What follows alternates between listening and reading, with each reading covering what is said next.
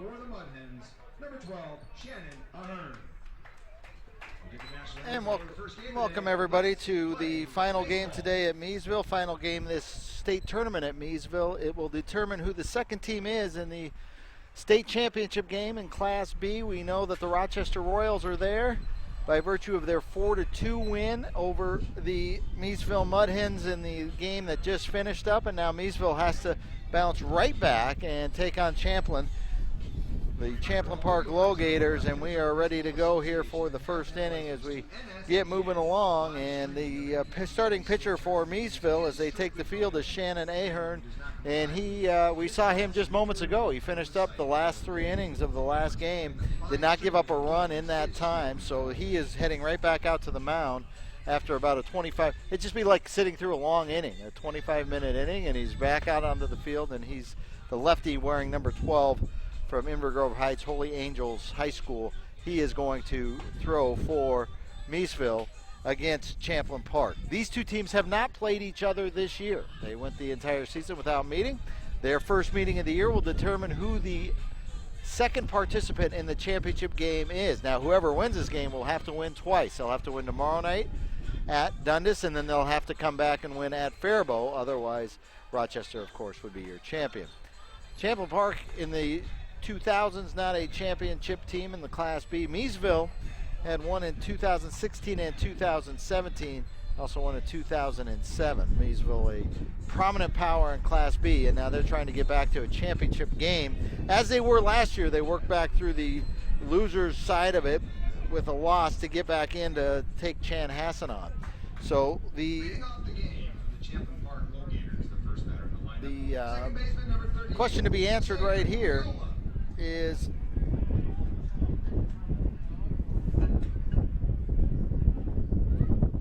who will take on Rochester tomorrow night in the final game at Dundas at 7:30. We're ready to go in first inning. Andy Price and Chad Tennis with you, and the first pitch to Sam Riola is a ball outside. So Riola will lead things off as he has all season long. He'll play second base.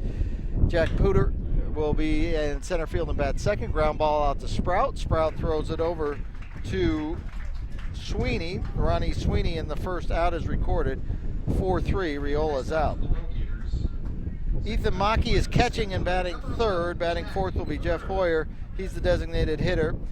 Drake Sines will bat fifth and play right field. Reed Conley, the first baseman, will bat sixth. Bryce Nelson batting seventh and playing at shortstop. Ryan Bruns will bat eighth and be the third baseman. And Derek Heldman is a different starter from the first game. He's out in left field. He got an at-bat in the game, and he'll be in left field and bat ninth. So this will bring up Puder, and Puder looks at a strike.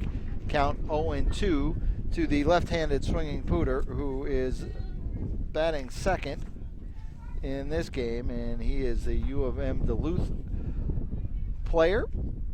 I don't have my book with me from the first game, but Puder a contributor in game number 1. We're here for the final game of the day. 1 ball, 2 strikes. Champlin Park won 4-0 in that first game of the day.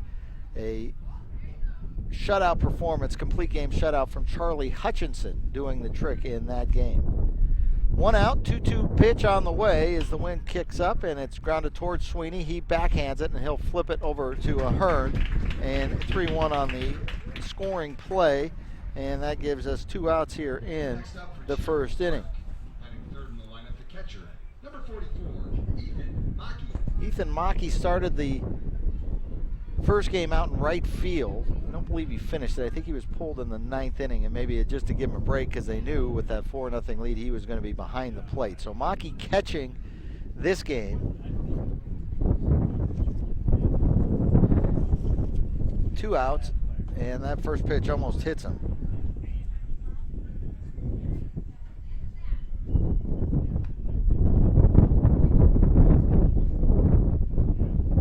Matt Merrick was the starting catcher in the first game for Champlin Park. It is Mackey here in game 2. Ahern pitches, and the ball will be fouled back into the pines back behind us. And the count, 1 ball, 1 strike. 2 outs here in the top of the first inning. Sorry for the wind again, though. Just as we get going into it, the wind picks up straight out of the north, blowing right out of right field. Pitch outside, 2 balls and a strike. 2 outs here in the top of the first. Shannon Ahern went 3 innings in the last game. Came in the 7th inning, the team trailing 4-1, and he held Rochester to no runs. A couple hiccups, but no runs.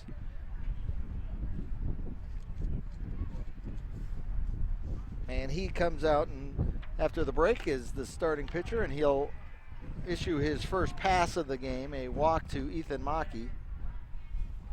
Coming to the plate next for the Champlin Park LoGators, the designated hitter. Ahern hit a batter, and that is it. So he retired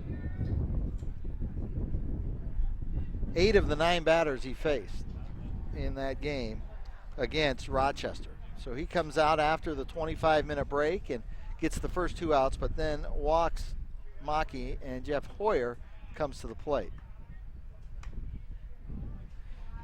The story in game 1, besides the pitching of Hutchinson, batters 4, 5, and 6 combined for 7 base hits, including Hoyer, Signs, and Conley. 1 ball, 1 strike, 2 outs.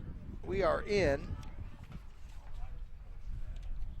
inning number 1 of this final game of the day here in Miesville. Pitch inside, and the count now 2-1. Fun day of baseball. 2 teams that have had successes over the last 5-6 years, playing here and a chance to play for the championship. Hoyer's ball slashed, pulled, foul.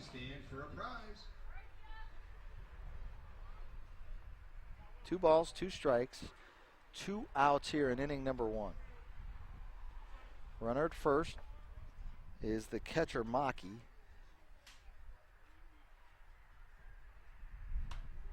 Foul straight back.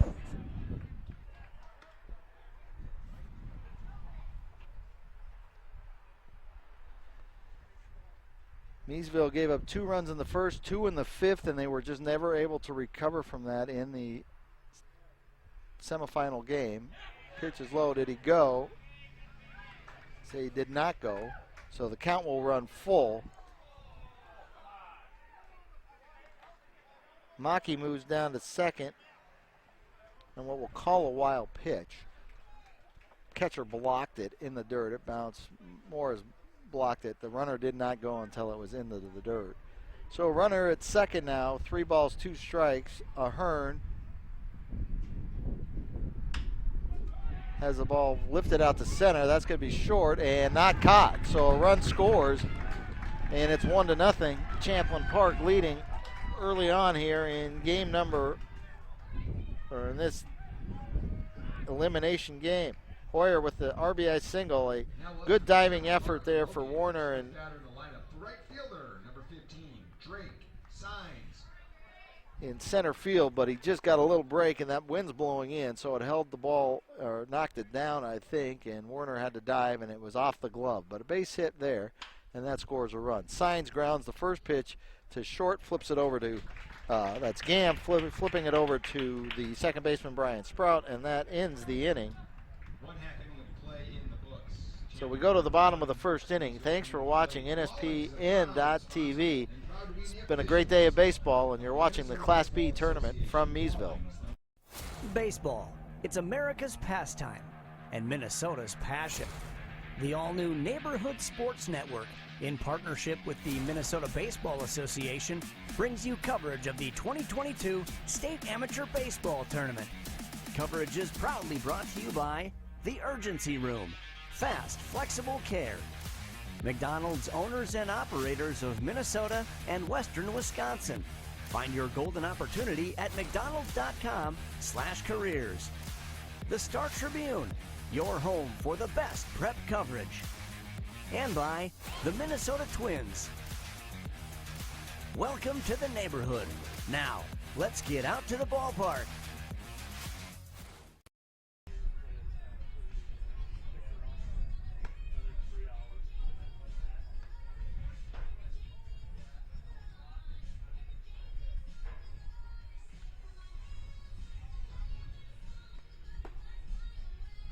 Back for the bottom of the first inning here in Miesville, home of the Mudhens, and the Mudhens come to the plate.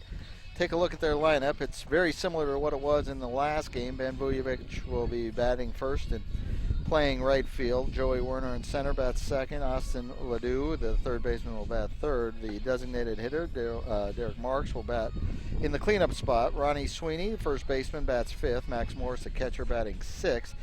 The manager and left fielder, Matt Vanderbosch, is in batting seventh. In the 8-hole, Brian Sprout, the second baseman.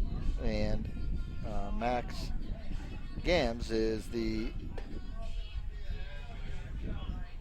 shortstop, and he will be batting ninth. I'm sorry, I'm one off, and I accidentally DH'd it. So let's go like here and like there. We get it right on the score sheet. So Will Whelan is the pitcher for the Champlin Park LoGators. Whelan, a left-hander. Get some stats on Wheel.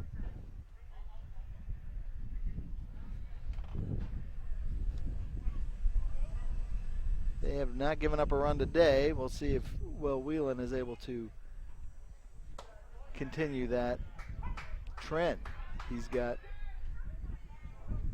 Vujovic batting first. Will Whelan started 2 games, had 1 complete game. The lefty misses, count 1-1. Whelan, 5'11", 195. First year, pitches for Centennial High School.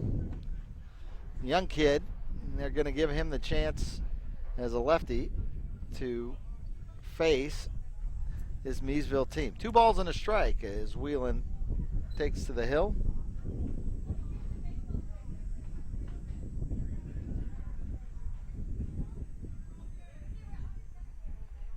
Against Vujovic, the right fielder.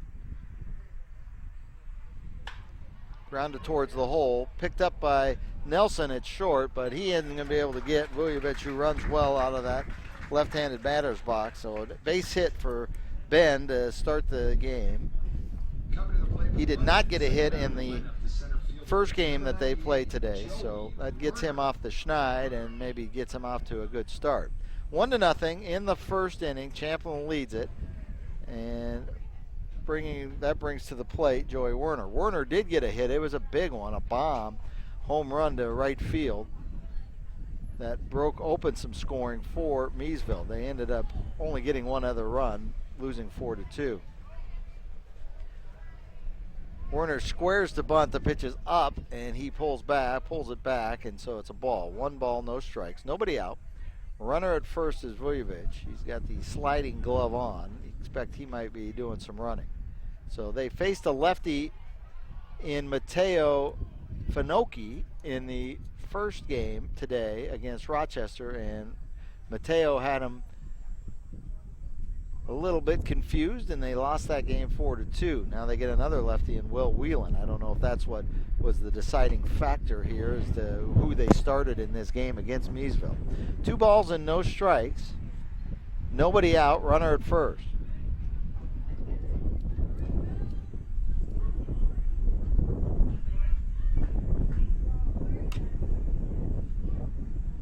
Half inning in the books. 1 run scored. Fastball at the letters, and Werner went going for the downs with the swing, and he comes up empty. 2 balls and a strike. They're holding Vujovic on at first base. Whelan on the bunt. It's going to be popped up, and that will be played by Bruns. So a pop-up as they try to advance the runner over. Stepping up to the plate. 1 out, and that brings up Ledoux. Ledoux also had a quiet game in the first one in their loss to Rochester.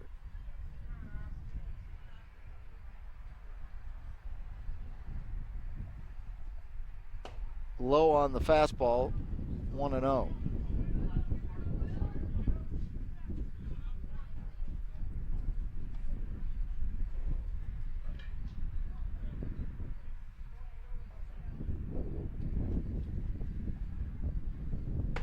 sails away from him. The fastball, 2 balls and no strikes.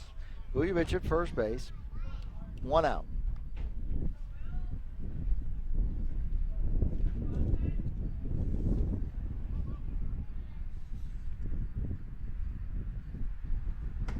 Fastball way outside, and the count 3-0.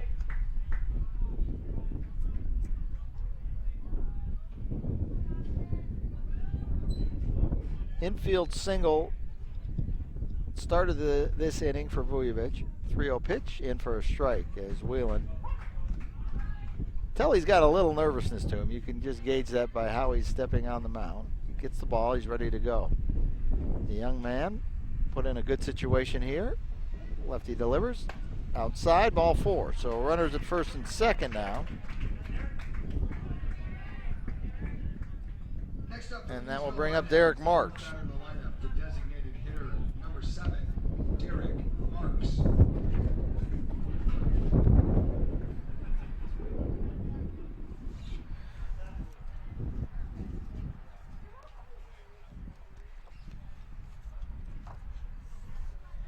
Marks the cleanup hitter for Miesville.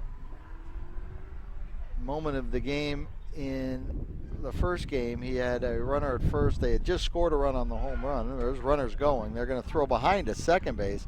They're going to get the out here.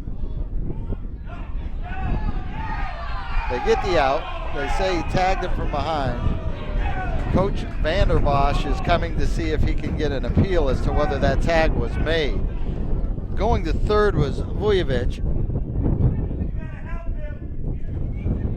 It was close as the second baseman, Raiola was chasing back the runner at first, being Ledoux, and the umpire said he did catch him in the back with the tag. That would be the second out. Vujovic gets to third. Marks is at the plate. First pitch has not been marked on the board. I was watching the runners go, didn't see if it was a ball or a strike.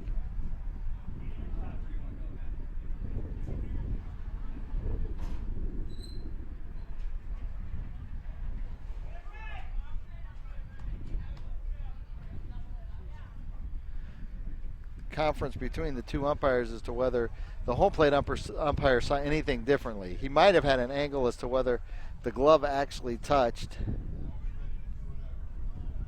And they say it's an out. So the second out recorded. And it's a ball on the board. 1-0 to Mark. So a runner at third, 90 feet away from tying the game here in the bottom of the first inning. 2 down, 1 ball, no strikes to Marks.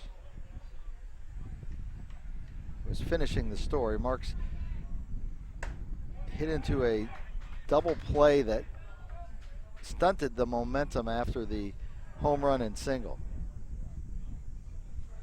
And now Marks has a question for the umpire.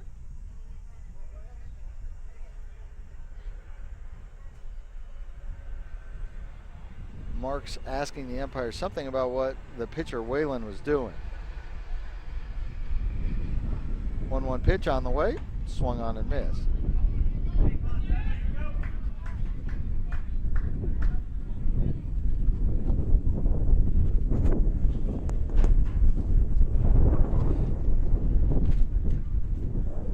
Wind picks up in intensity a little bit again out of the north. It's started out of the east this morning, but it switched to the north and has been steady from there. 1-2 pitch way outside, a little breaking pitch. And it's a 2-2 count. 2 down, 2 balls, 2 strikes. Runner at third here in the bottom of the first inning. Whelan sets, delivers outside, 3-2. He's not been able to spot the fastball. It's been outside to the right-handed hitters. And the count 3 balls, 2 strikes. On deck is Ronnie Sweeney. And swung and missed. A strikeout for Whelan and Marks. And that ends the first inning. No runs on a base hit. There was a walk. 1 runner left on base as one runner was eliminated on a stolen base play. So we got to mark that one down. So it was 2-4 on that caught stealing. We're going to take a break. We'll be right back after this on NSPN.TV. We most definitely appreciate your subscribing and your viewership and your support of Minnesota amateur baseball. It's the Class B tournament, 1-0, Champlin over Miesville, heading to the second. Join our team while supporting yours. The all-new Neighborhood Sports Network, NSPN.TV, is looking for camera operators and broadcasters for our live game streams. The atmosphere of sporting events can't be beat. Be a part of the action with flexible scheduling and guaranteed game rate pay. If you're a student or adult looking for an opening into the world of sports media, or to just make a little extra cash, send us an email at jobs@nspn.tv. Welcome to the neighborhood.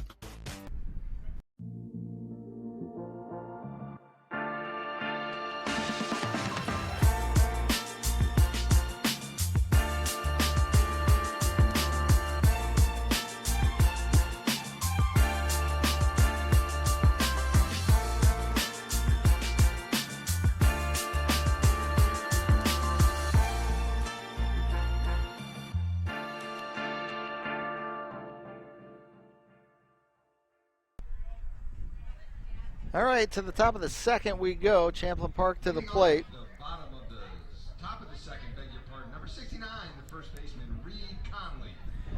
Reed Conley to the plate. He had a couple hits, RBI in the first game. 69, Reed Conley.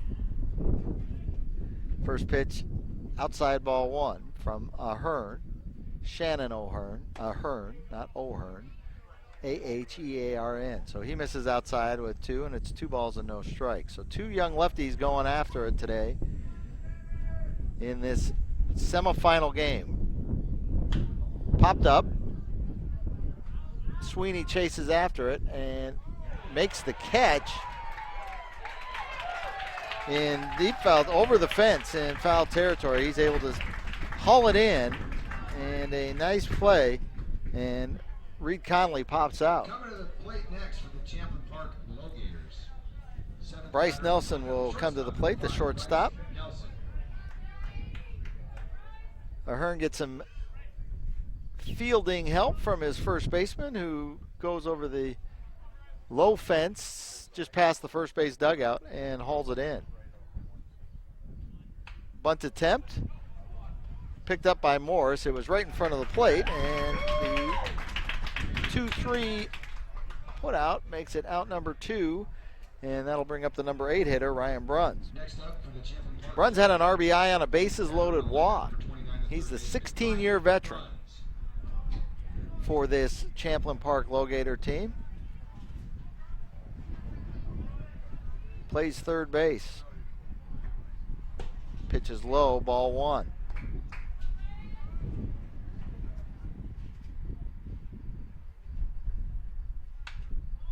Right off the end of the bat.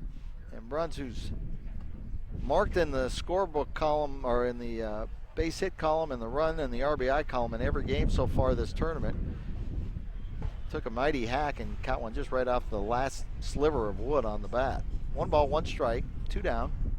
And that pitch up and in, but caught the corner. Bruns looks back. Thought that was a little inside, but it is what it is. 1 ball, 2 strikes, and Ahern kicks and delivers the pitch, and strike 3.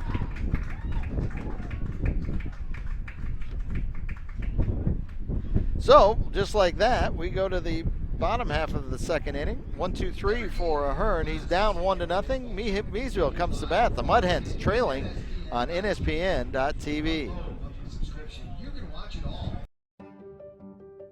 Fast and flexible care. Count on the urgency room for expert medical care when you need it most. Visit us in person. Broken bone, chest pain? We're in Eagan, Vadnais Heights, or Woodbury. Online care. Sinus infection, strep throat? We offer easy online care. Major to minor, we can provide the level of care you need. Visit urgencyroom.com. Mobile check-in now available.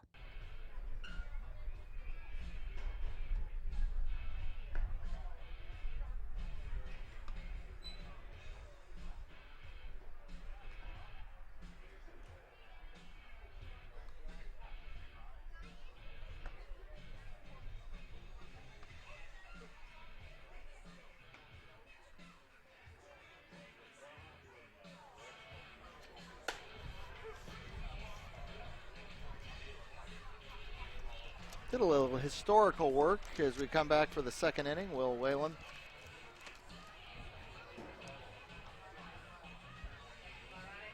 pitching for Champlin Park, the LoGators.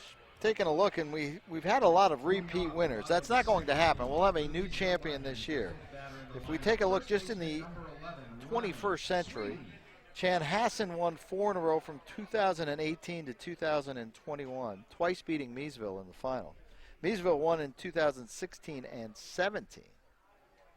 First pitch from Whalen to Ronnie Sweeney to lead off the bottom of the second, and good fastball right above the belt, swung on and missed, strike one. Dundas won in 2015. Then Cold Spring, which was a power in 2014, 13 and 14. They also won back-to-back in 2000 and 2001, the Springers. Pitch outside from Whalen to Sweeney, and it's 1 ball and a strike. Austin won back-to-back in 2002 and 2003. Shakopee won back-to-back in 2009 and 2010. 1 ball, 1 strike. Whalen throws a fastball over for strike 2.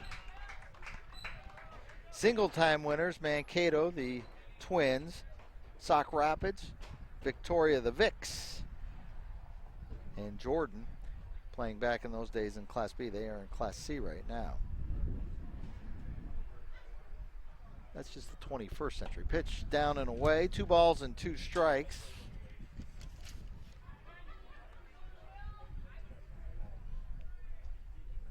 Leadoff hitter, Ronnie Sweeney, Woodbury High School grad.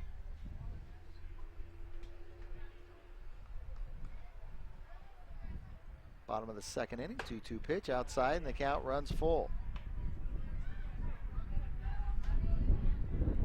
Whalen exhausting a lot of pitches through the first inning plus. Got out of the first inning without giving up a run. Leadoff hitter, lefty, 3-2 pitch is up and in, and another walk. Coming to the plate next. So that's walk number 2. In the lineup, catcher number 2, Max Morris. And Morris comes to the plate.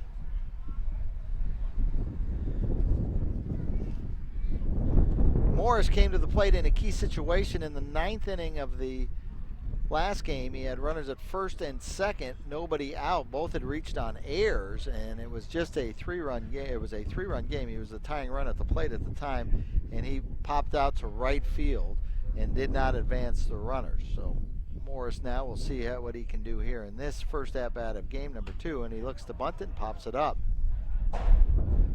To advance a runner, Vanderbosch, the manager / left fielder, is on deck. We're in inning number 2. Runner at first and nobody out. Morris, the East Ridge grad from Woodbury, also played St. Thomas. Running is Sweeney, outside pitch. They throw down, and that looked like they might have got him on the back just before he got to the bag. Close play, we'll give him a stolen base. Sweeney walks and steals second, and the count 2-1.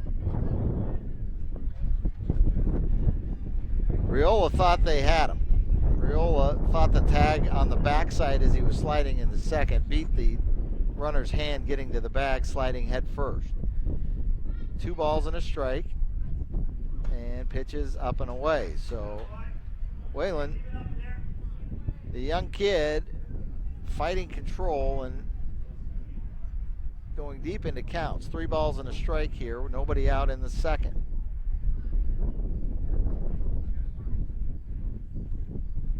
Swung on and missed, and the count runs full as he takes a little something off the fastball.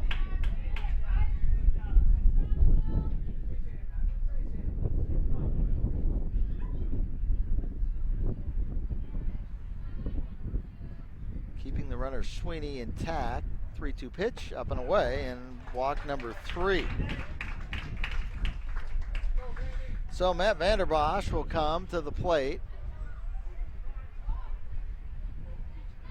with 2 runners on, and the decision is to... The concession stand is opening down the third base line. Get a nice cold beer, a soda pop, and your favorite ballpark eats here at Jack Ruhr Field. talk it over. He brings in the entire infield. Everybody comes trotting in. He counted them. Coach was counting on his fingers as he was walking, and I was very much interested. That's Jeff Sari, who is talking to the young kid Waylon. But as he walked out to him, he counted on his fingers, and I don't know what that was signifying. But now runners at first and second. Now batting, seventh batter in the lineup for the Mudhens. Left fielder number 4, Matt Vanderbosch. And Vanderbosch, the manager of the Mudhens, with runners at first and second and nobody out here in the second.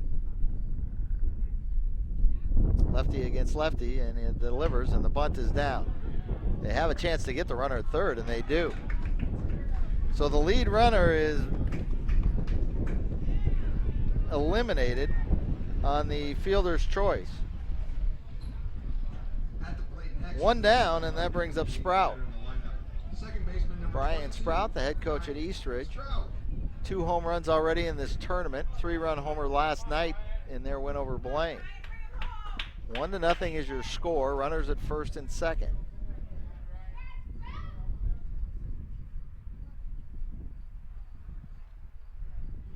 First pitch over for a strike. Opportunities given to this Miesville team in inning 1 and now again in inning number 2. Outs on the base paths. Whalen checks the runner at second and delivers, and it's grounded. 2 runs. He's going to get the out at second, and he might have come up a little lame. He looked like his knee buckled on him as he went. Fielded and throws. 16-year veteran. They get the out at second. Over to Real at second for the force out. Fielder's choice for Sprout. At third now is Morris. And Sari is going to come out and talk to Bruns. 16-year veteran. Does he want to stay in? That's an interesting conversation. It's almost like a U-turn was made right when he. So Bruns is still in the game. First and third, and the number 9 hitter, Max Gam, comes to the plate.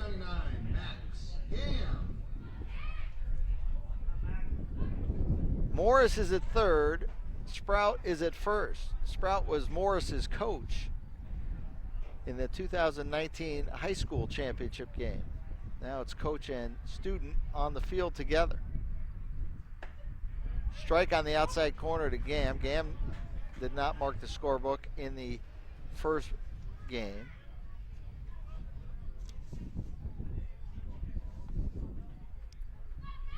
Two outs now. Again, a runner at third. Pitch up and in. 1 ball and 1 strike.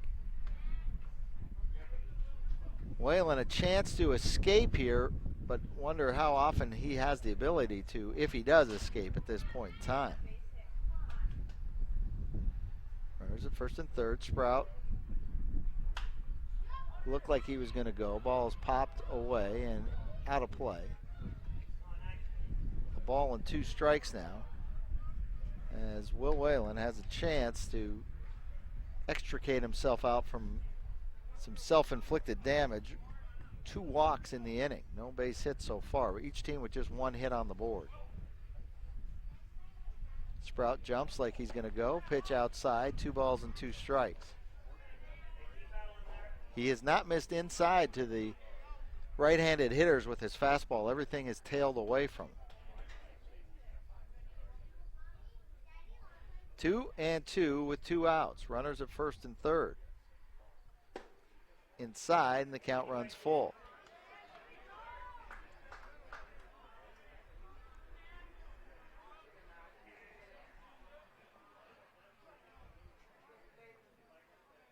Sprout will be going on the pitch. 3-2 pitch on the way. Line for a base hit, and we're all tied up. Sprout's going to round his second and head on to third. And we are all square on the base hit from Max Gamm. Morris scores. And runners are back at the corners for the leadoff hitter, Ben Vujovic. Stepping up to the plate for the Miesville Mudhens, the right fielder, number 6, Ben Vujovic. Vujovic singled, stranded at third base in the first inning. This game's tied 1-1.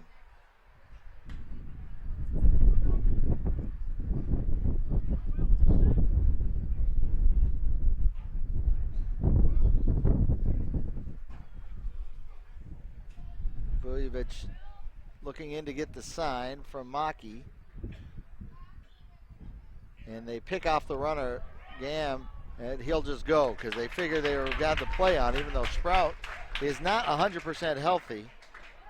They probably could have thrown to second and still had a chance to come back home with it. Instead, stolen base for Gamm, and now 2 runners in scoring position for Vujovic. All tied up, 1 apiece. We're in the bottom of the second. Kicks and delivers, pitch high.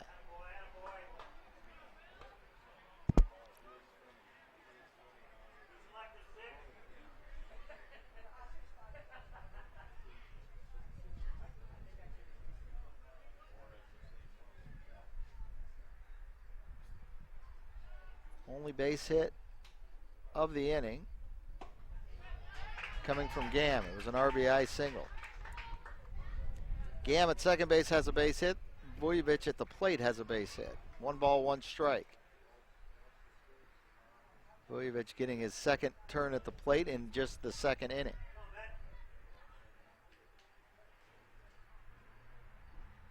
Pitch outside, 2 balls and a strike.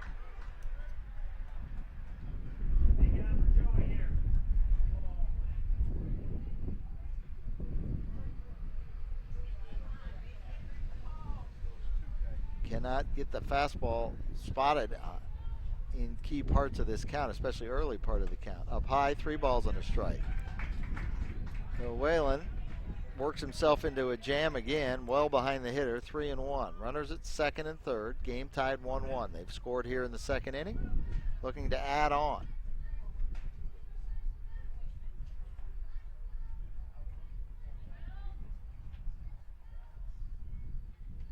Three balls, 2 strikes, pitch on the way. Or 3 balls and 1 strike. Now it's 3 balls and 2 strikes. I had a premonition. 3-2.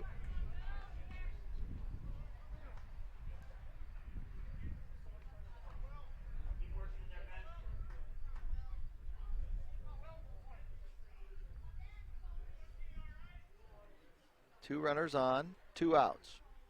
Full count. Vujovic ready for the pitch, fouls it straight back, and the count remains 3 balls and 2 strikes.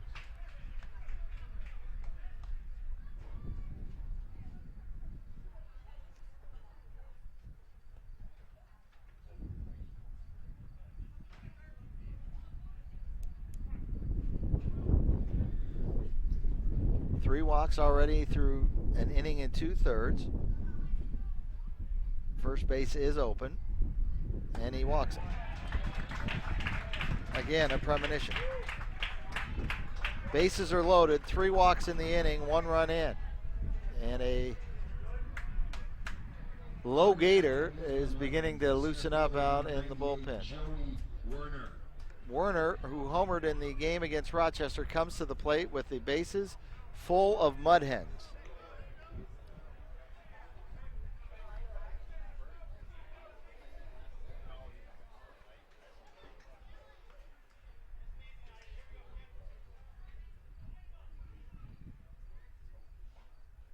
Whalen kicks and delivers outside, ball 1.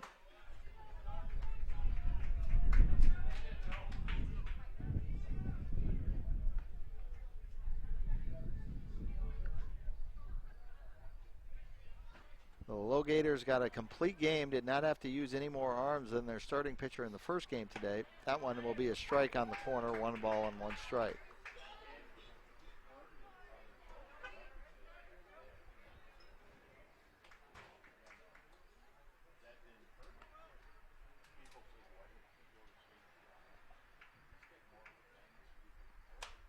Flared foul, 1 and 2. Sprout is at third base. Gam is at second base. Vujovic is at first base. That's who's on the base paths for the Mudhens here in the second inning. Game tied 1-1.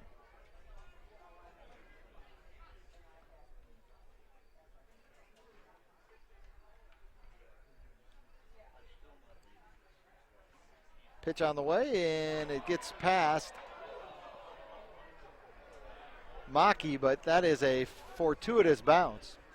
Came right back off the cement to the catcher,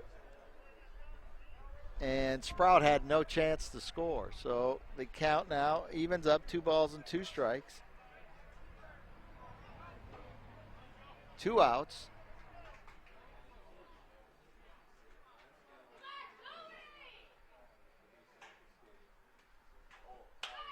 And it's a fly ball, Warner to right field, but not deep enough. And there to get it is signed. So a long inning. The 2 innings of play were tied. Champlin Park 1, Miesville 1. And that inning was brought to you by Max Bag. 1 hit in the inning, 3 left on base. We're going to take a break. We'll be back after this. You're watching Town Ball on NSPN.TV.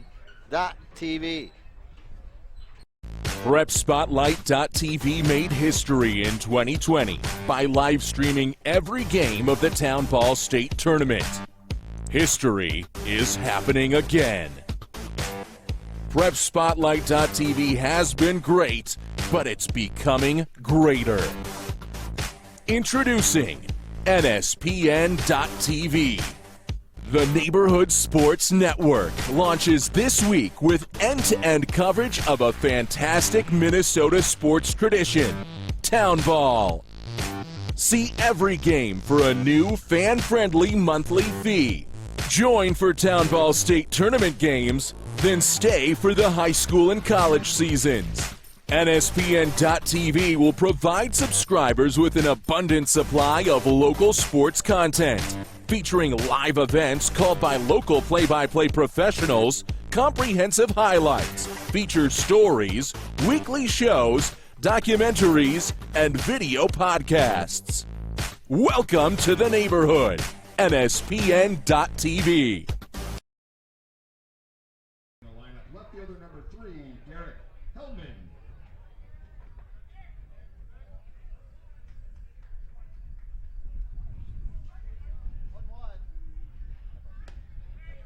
1-1 here in the third. And Hellman at the plate, his first at-bat of the game. He's the number 9 hole hitter. Foul tipped into the glove of Morris. Count 1 ball and 1 strike. Champlin Park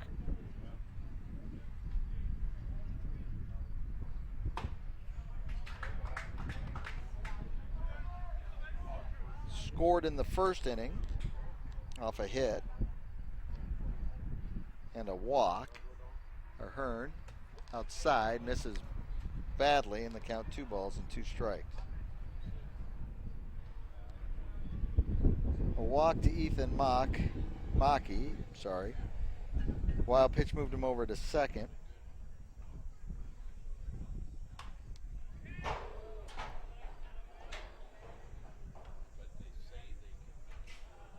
Return to the press Jeff box. Hoyer Pardon me, the concession stand to claim your prize. singled him in and with the RBI. 2 balls, 2 strikes. Pitch outside. Both of these lefties are missing consistently 6 to 8 inches outside. 3 balls, 2 strikes. And Ahern delivers, and it's a shot. Sprout times his jump. It's not a hard line drive, but a looping line drive, and he timed his jump perfectly and makes the catch. Up next, So the veteran knows what he's doing out there, and there's 1 down now. We go back to the top of the order. Sam Mariola grounded out to Sprout in the first inning.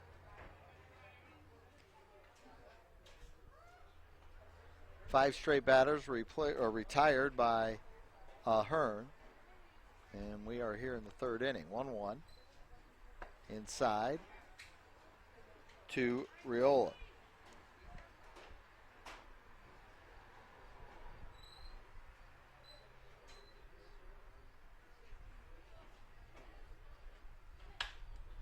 Lifted towards center field. Werner takes a step to his right, then 5 more steps to his right, hauls it in. So Riola goes to 0 for 2 on the game, and Pooter comes up. Number 11, the center fielder, Jack Ruhr. Pooter grounded to the first baseman. 3-1 on the out as Ahern got over and covered the bag. 2 up, 2 down, and Ahern delivers, and swinging and fouling it back is Pooter.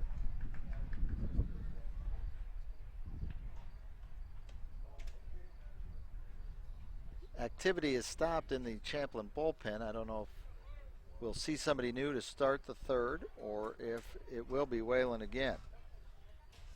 Grounded towards first. Sweeney's going to just take this himself. Foul ball. Foul ball. That one got Pooter in the knee, I believe, on the way down.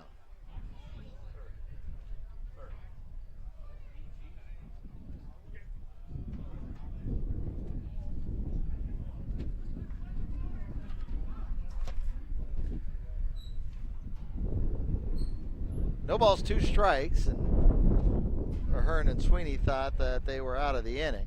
Sweeney bobbled the ball, would have still had time to get it and step on the bag. But it deemed a foul ball off the body while Pooter was still in the batter's box, and the count now, no balls, 2 strikes, and pitch misses outside.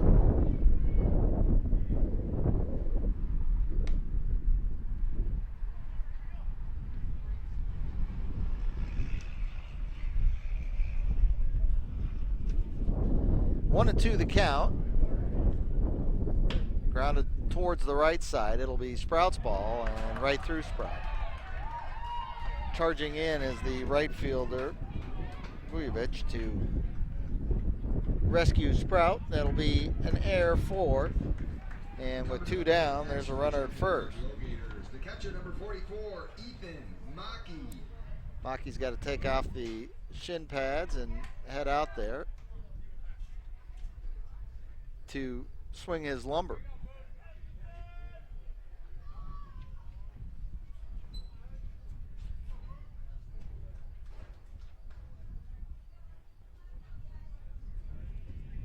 Two down and a runner on for Champlin Park. It's a 1-1 game here in the 3rd inning. Ahern pitches up and in, missing to Maki. Maki walked and scored in the 1st inning.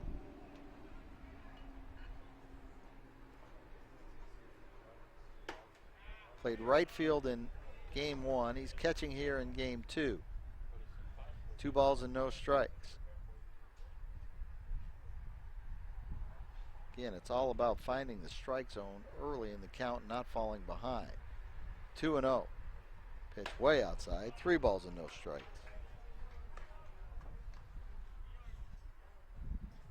As stated, Ahern pitched the final 3 innings of the game that was just completed.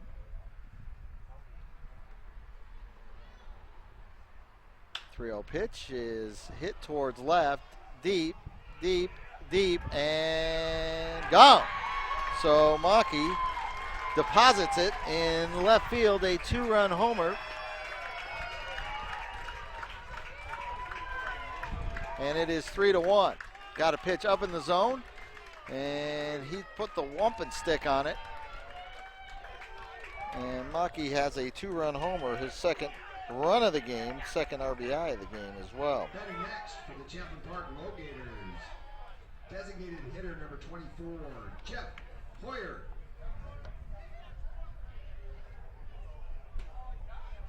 So the error by Sprout makes that an unearned run. Both of those runs are unearned because the inning would have been over had Coach Sprout been able to make that play at second. Ball hit towards right field. Vujovic has got to chase after it. He does, and that ends the inning. We'll go to the bottom of the 3rd, but 2 more runs have scored, and Champlin Park, the LoGators, are back in front, heading to the bottom of the 3rd. You're watching NSPN.TV. Minnesota Amateur Baseball Hall of Fame Board is pleased to announce the 2022 inductees into the Minnesota Amateur Baseball Hall of Fame. The inductees to the Hall of Fame for 2000. Fast and flexible care. Count on the urgency room for expert medical care when you need it most. Visit us in person. Broken bone, chest pain? We're in Eagan, Vadnais Heights, or Woodbury. Online care. Sinus infection? Strep throat? We offer easy online care. Major to minor, we can provide the level of care you need. Visit urgencyroom.com. Mobile check-in now available. Star Tribune covers high school sports as passionately as you live them. Don't miss a beat on the games you love. Check out Star Tribune all day, every day for the latest prep news, scores, and so much more. HOF@gmail.com. Congratulations to this year's Hall of Fame inductees.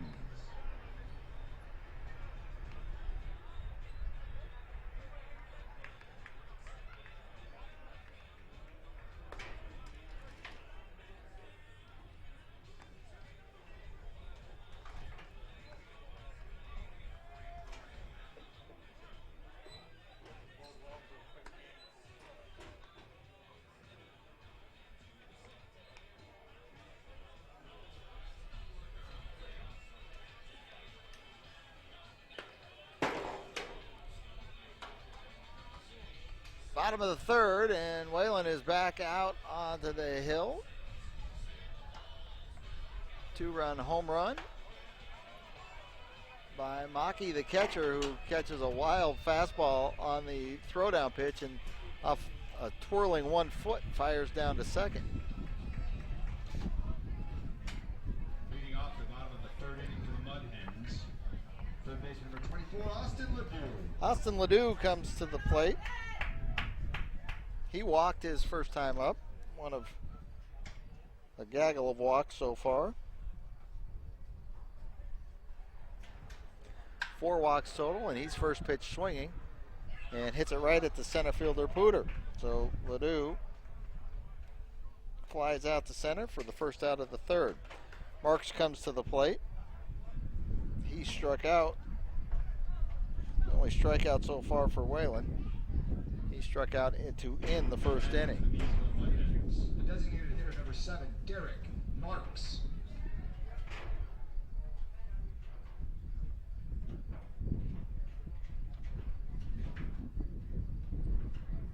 First pitch, breaking ball in for a strike, and Whalen gets a first pitch strike, which has been on the rare side. Comes right back and right off the helmet of Maki. After hitting a 2-run homer to give your team a lead, you don't feel that when you take a foul ball right off the forehead. No balls and 2 strikes. Champlin Park leading here. Miesville at home, already 1 defeat today. Now trailing in this game. Line drive right at the shortstop. Nelson doesn't have to jump. He thought for a second he was going to have to jump, but the ball came right down into his glove. Coming to the plate for the Miesville Mudhens, first baseman. And there's 2 outs. 11, Ronnie Sweeney. Ronnie Sweeney comes to the plate. He led off the second inning with a walk. He moved over to second on a stolen base, but he was erased when a sacrifice bunt attempt went too hard back to the pitcher and on the third base side, and they were able to go 1-5 on the put out. Although they would end up, they being Miesville, would end up scoring a run in that inning.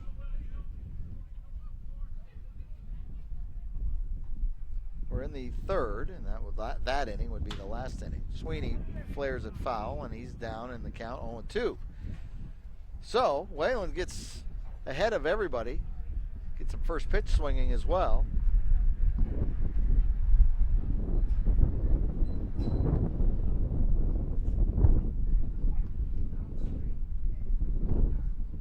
Oh, 2, 2 outs, 3-1. Champlin Park leading here in the bottom of the third.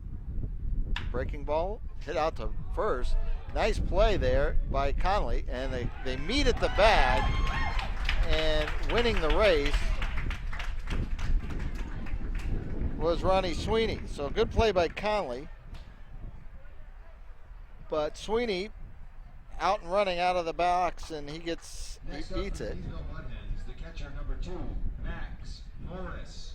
And that will be a base hit. Sweeney makes the extraordinary play at first base to field it. No way he was going to get back to the bag. Whalen loses the foot race to the bag, and Morris comes to the plate. Morris walked, and he scored at the time the tying run. He moved over on a sacrifice and then scored on the base hit by Max Gamm, fellow Eastridge Max. There's a pitch we've seen, the fastball that misses way up and out. So after getting 2 quick outs now, we'll see if Whalen is able to come back from the infield single. And he misses again, falling away, 2-0.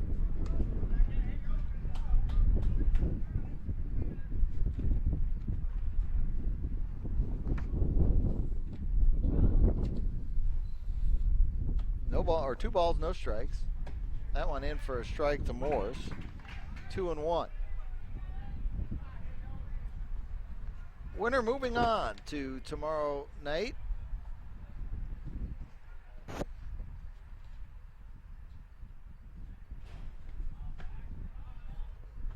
Throw over to first base to check on Sweeney.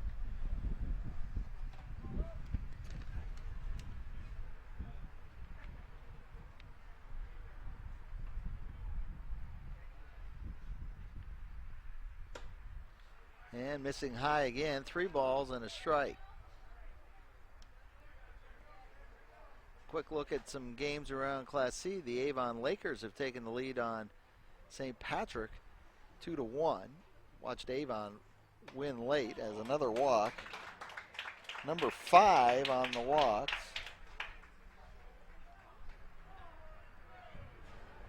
Next up for the Miesville So Mudhens, Morris has walked twice. Matt Vanderbosch.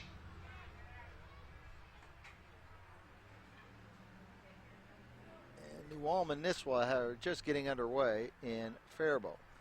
Runners at first and second. Vanderbosch up. He had the fielder's choice, the bunt that got the out on the lead runner.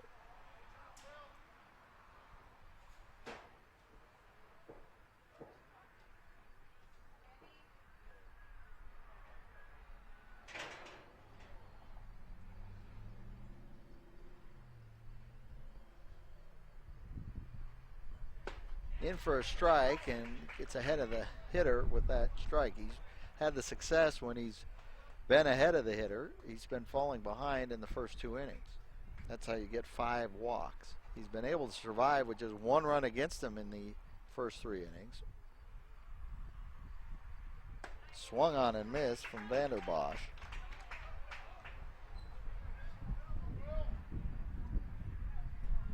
Count 0-2, 2 runners on.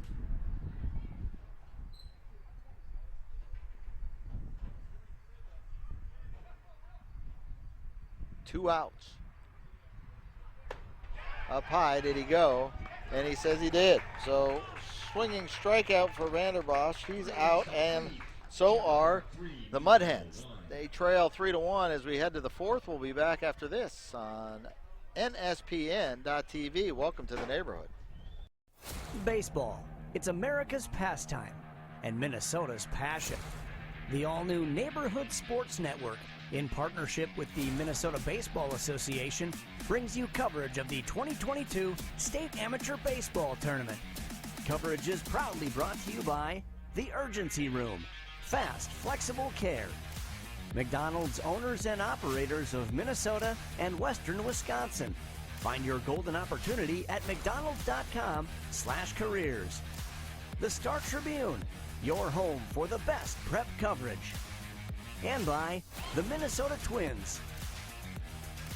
Welcome to the neighborhood. Now, let's get out to the ballpark.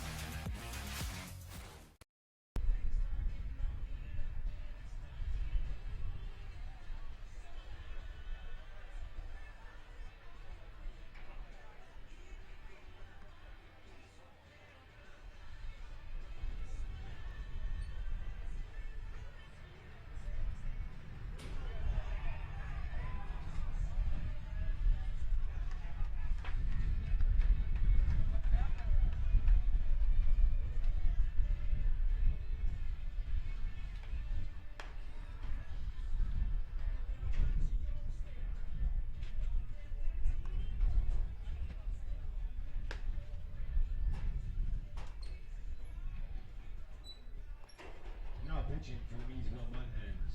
Number 19, Cooper Smith.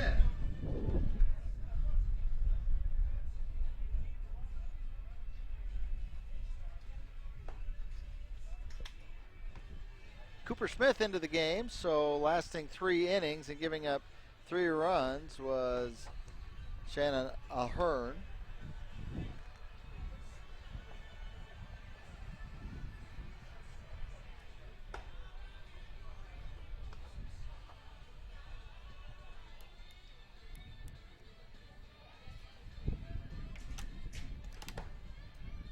So right-hander into the game. First look at a righty in this contest. And Smith is your guy.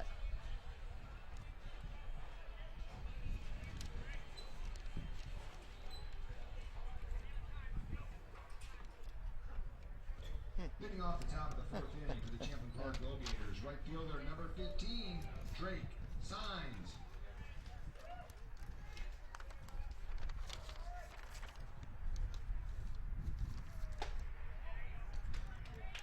And first pitcher strike to Signs.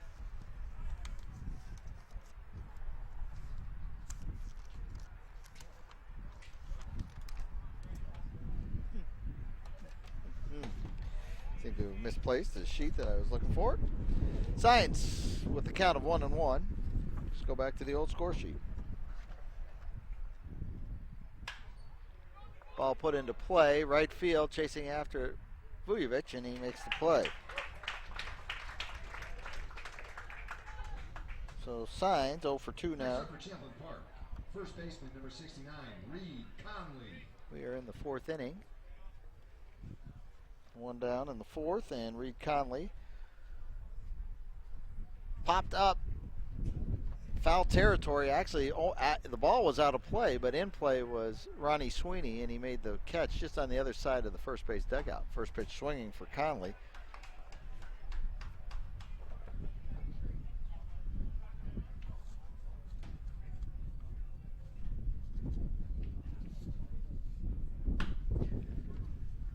Foul ball. No balls and 2 strikes quickly.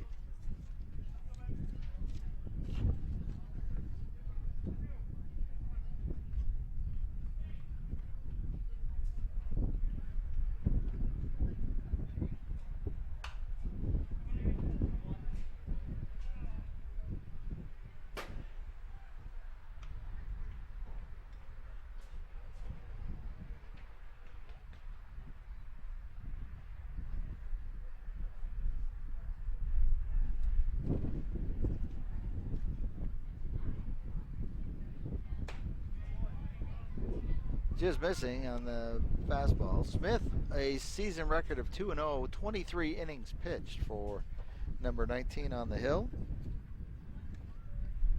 And he gets the strikeout of Reed Conley. And there's 2 down here in the 4th. Bryce Nelson will come to the plate. Nelson tried to bunt his way on the last time. Shortstop number 5, And he Bryce Nelson. right out in front of the plate, and Max Morris picked it up and threw him out at first base. So 2 down. And it's a grounder towards Sprout. Sprout's going to have to hurry, and he can't make the play.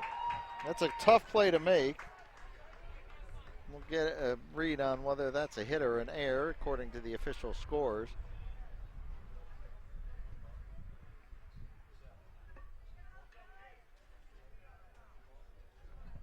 Next up for the Champlin Park LoGators, third baseman, number 29, Ryan Bruns. We still wait. I'll just put him at first base at this point in time. They call it a hit. Bruns is not in the game, so Bruns has been pulled. He's the third baseman that struggled a little bit once he had that force out. So we go to number 16 for Champlin Park.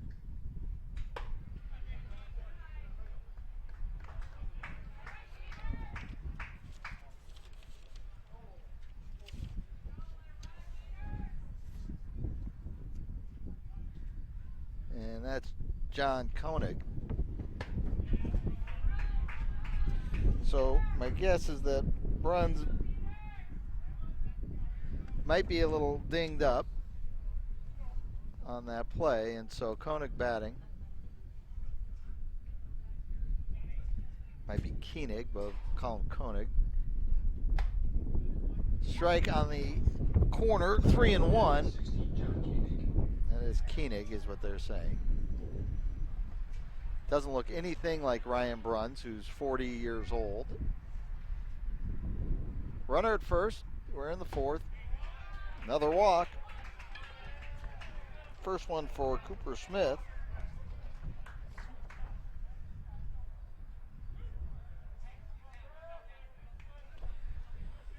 Now batting for the LoGators, left fielder number 3, Derek Hellman. Shannon Ahern's day is done. He only gave up 2 hits, but 3 runs. Only one of them was earned.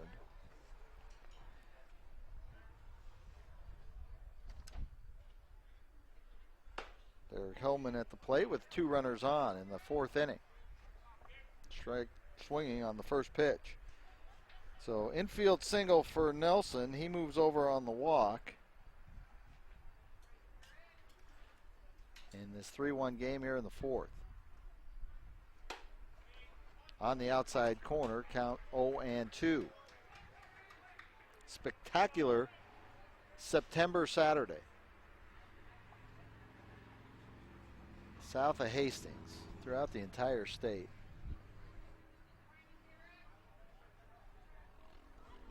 No balls, 2 strikes. Smith checks the runner at second, delivers, fast or curveball up high. Slider, probably. Breaking pitch, we'll say. 1 ball and 2 strikes. A run in the first, a run in the third. We're here in the top of the 4th. 1 ball, 2 strikes. 2 runners on.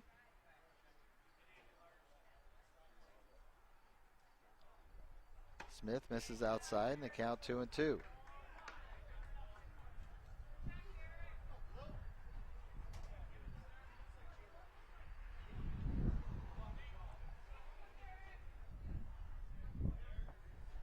The righty and righty matchup. Outside, 3 balls and 2 strikes.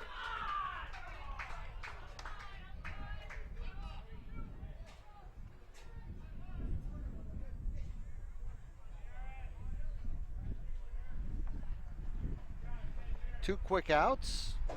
Little infield number that unable to be fielded. It was going to be a tough play, and now swing on a miss. So a strikeout to end the inning. 2 strikeouts in the inning for Smith. And we'll go to the bottom of the 4th inning. It is still 3-1. Champlin Park leads Miesville. We'll be back after this on NSPN.TV. Star Tribune covers high school sports as passionately as you live them. Don't miss a beat on the games you love. Check out Star Tribune all day, every day for the latest prep news, scores, and so much more.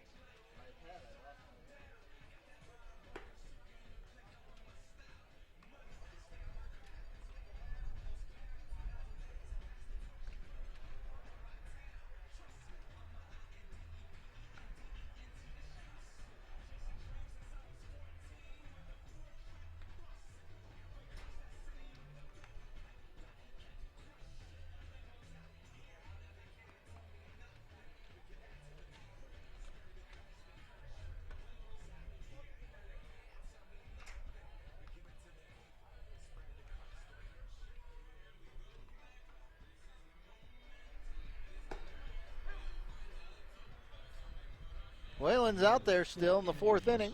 Avon 4, St. Patrick 1, Class C. Avon leading St. Patrick now 4-1. That would be a pretty decent upset. Avon is finding the ability to beat some teams. They knocked off Fairmont, who won the championship in 2019 in a walk-off win. They rallied to beat St. Martin's, who was a favorite in the tournament with some good pitching, and beat them in 11 innings last week, and now they're St. Patrick, one of the teams that everybody thought could be easily into the Final Four. They are now trailing 4-1. So Avon they're the sleeper team. Pitch on the way to Sprout, and it is in for a strike. Sprout grounded into a fielder's choice his first time up. Here in the 4th inning now. And pitch misses low. 1 ball, 1 strike.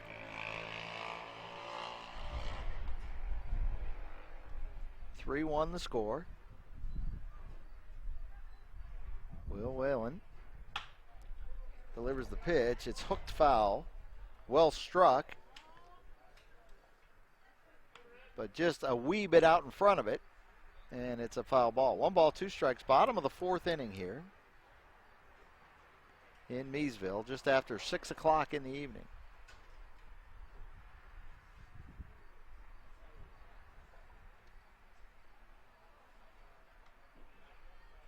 Sitting here at a baseball field among the cornfields. Grounded towards short. Played by Nelson. Fires across, and they get Sprout for the first out.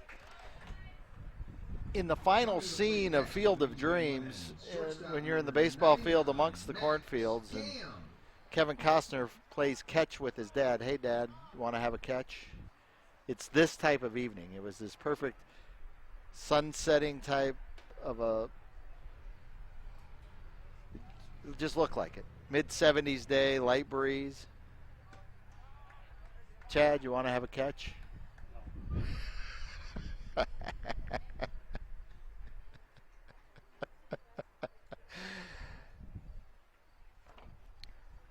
The RBI man for Miesville, Max Gamm, is up. He had a base hit that scored Max Morris in the 2nd inning. With 1 out, 2 balls, no strikes. Whalen to Gamm. Fastball outside corner, strike 1. 2 balls and a strike, 1 out here in the 4th. Miesville at home dropped a game already today. Over for strike 2. Whalen with a quick look at the scoreboard, make sure that 2-2 count was correct. The umpire says yes. 2-2. Show you my counter. 2-2 pitch on the way. Oh, and breaking ball that didn't break back in, but gets Gamm to fish for it. And that's the 2nd out. Next at bat for the Miesville Mudhens, the right fielder, number 6, Ben Vujovic. Vujovic is coming to the plate. He's been on base both times. He singled in the 1st and walked in the 2nd. 2 down here in the 4th. Breaking ball over the helmet of Vujovic. Ball 1.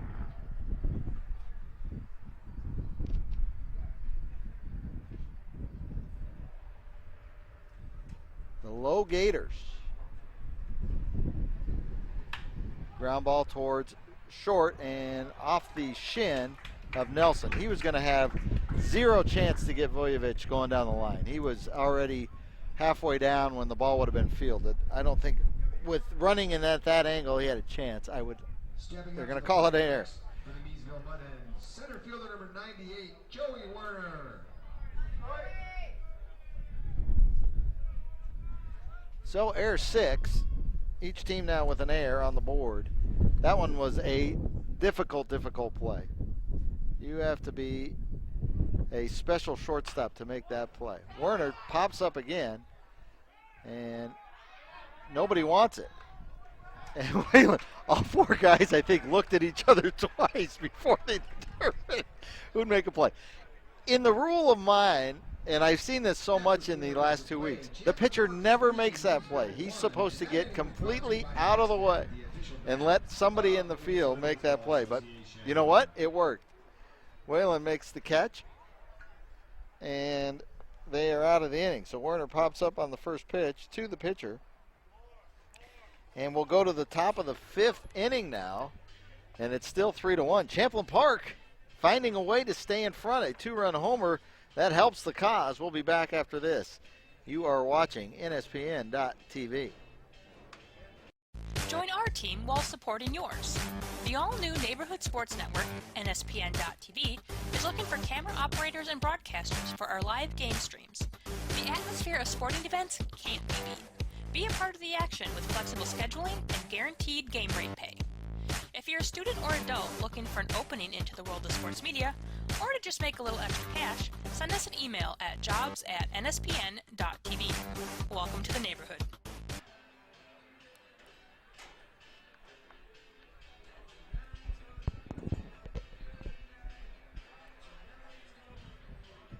Back for inning number 5, Andy and Chad with us.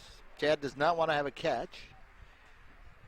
Leading off the top of the 5th for the Champlin Park LoGators, number 38, second baseman Sam Riola. Back to the top of the order for Champlin Park. Riola, quiet so far in this game. Ground out and a fly out. Third trip to the plate. Fastball, strike 1. Cooper Smith, Cretin-Durham Hall, and St. Thomas Academy is his connection. Breaking ball over for strike 2. So fastball hits, curveball hits, and Riola's down 0-2 in the count. Fastball misses outside, and Riola's 1-2. Riola pitched last night. He was the starting pitcher, went 8 innings in their loss.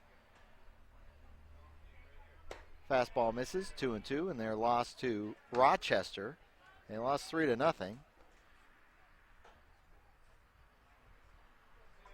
Rochester wins today 4-2 over Miesville to move on to the championship game. Breaking ball, chopped towards Gam. He picks it up on the run, and they get the out. Just like Vujovic, Riola runs well, but he was on the right side batter's box, and that's another extra step, maybe step and a half. And Gam makes the play at short, fielding and throwing on the run to get the out. Pooter at the plate. He was on base after reaching on the air. The 2-out air by Brian Sprout. He was on base for the 2-run homer. First pitch misses up and away, ball 1. Ethan Mackey on deck. He is the perpetrator of the 2-run homer. Pooter pops it foul, out of play. That could be off a car. Sounded like it hit something, no? Hit a porta potty. That's worth extra.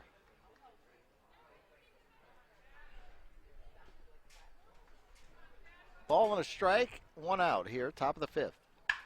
Hit hard, and that's going to be fair and to the corner. Pooter's going for 2. Good throw coming in from Vujovic, but not in time, and the double.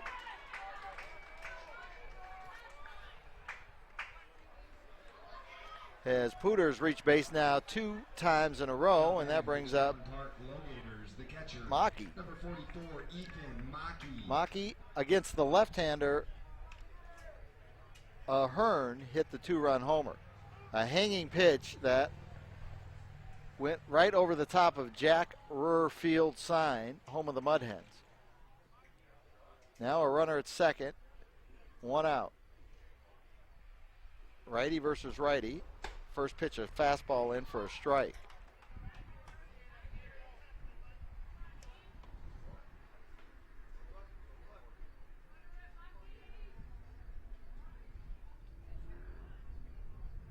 Champlin Park, the LoGators, leading 3-1. Breaking ball right off the end of the bat.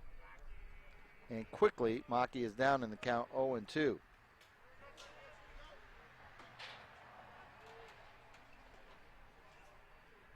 No balls, 2 strikes, 1 down, and a runner in scoring position.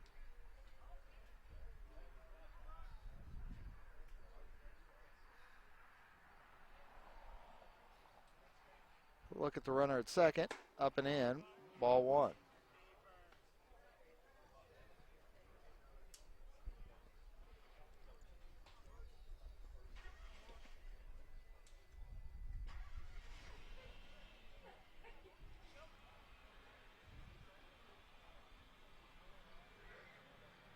Last game of the day across all the fields here in the town ball world. Then a busy day tomorrow again. Curveball that Maki's able to fight off and keep alive in the count.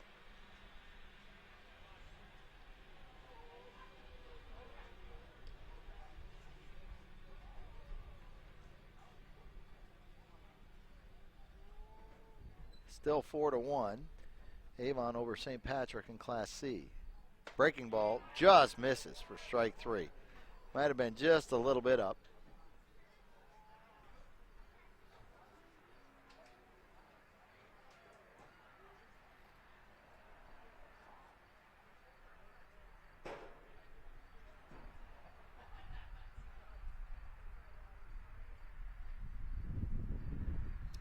Swung on and missed. And caught. So Maki's the second out. Maki scored 2 runs, including the home run. Champlin Park LoGators, the designated hitter number 24, Jack Ruhr.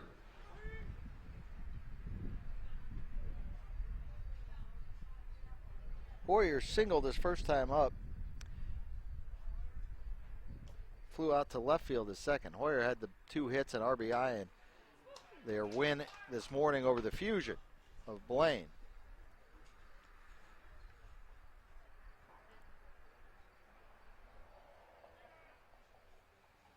Champlin Park played their first pitch last night was 9:15 of their game that they lost to Rochester.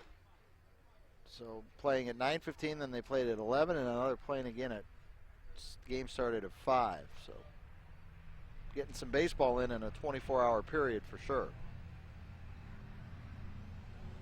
Runner at second, 2 down, 1 ball, 1 strike. Fouled away, right back over the top of us. And that one is a Highway 61 ball.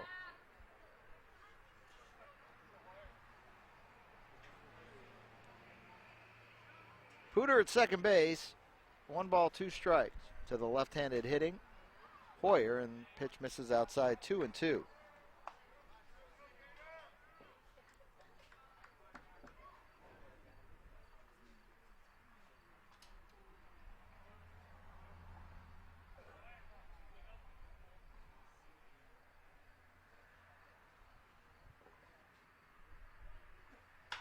Lifted to the outfield. Shortstop. Yeah, makes the play. So that ends the top of the 5th. We'll keep it right here. You're watching NSPN.TV. 3-1 is your score. Champlin Park over Miesville. Appreciate your subscription. Appreciate your time and supporting Minnesota Amateur Baseball.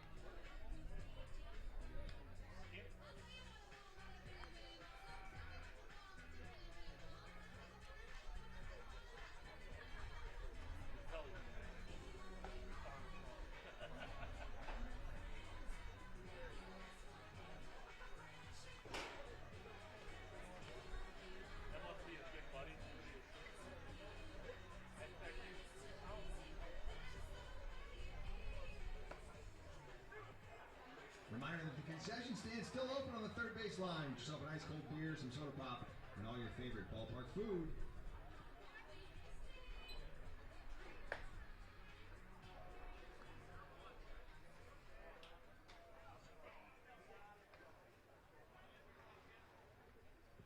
Leading off the bottom of the 5th inning for the Miesville Mudhens.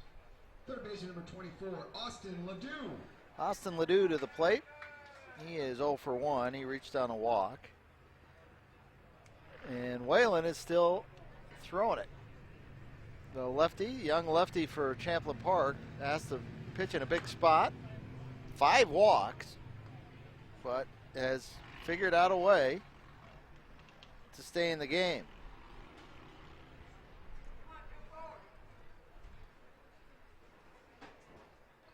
This is outside, ball 1 to Ledoux, and again up and out, 2-0. So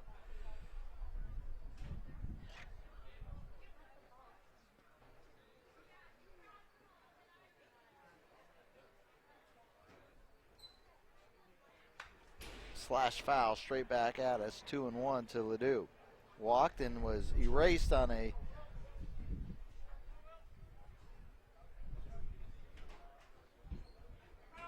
what ended up being a stolen base attempt as they were double stealing, and they threw behind and got him in a rundown. Ledoux pops it up towards right field. Sines has got to chase after it, and he does get it in fair territory, about 5 steps in from the line. And first out. Coming to the plate next here in the Miesville 5th. Mudhens, the designated hitter, number 7, Derek Marks.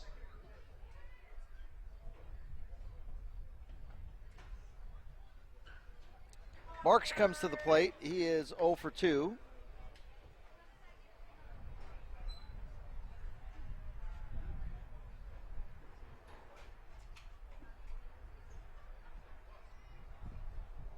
As the designated hitter, he swings and fouls one straight back over the top.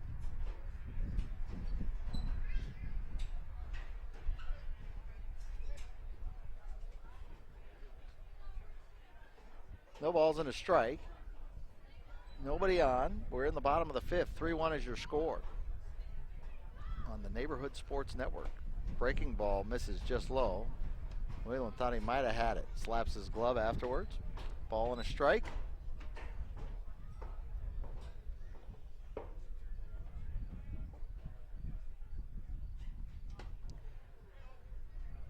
Two balls and a strike. Fastball into the dirt. Spiked.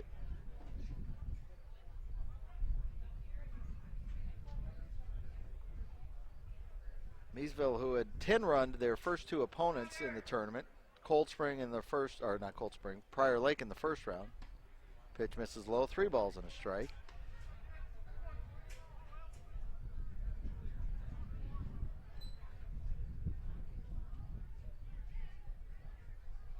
And then Anoka in the second round. Pitch up and away and a walk, number 6 for Will Whelan. And the tying run comes to the plate in the form of Ronnie Sweeney. Now batting to the Miesville Mudhens. Sweeney's been on base both times. Ronnie Sweeney.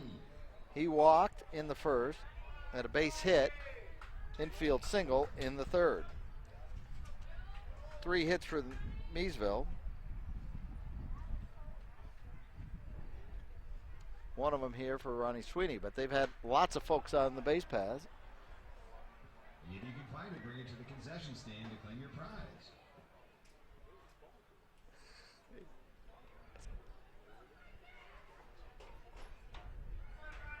Sweeney fouls the first pitch away, 0-1. 6 walks and an error. You're seeing a lot of guys on the base paths. Sweeney on the breaking pitch gets caught and it lands, so they're still going to get the force out at second. I don't know where the shortstop, Nelson, the sun's behind him. Next at bat for the Miesville Mudhens. That ball had a lot of slicing spin on it, so that ends up being a fielder's choice, 6-4.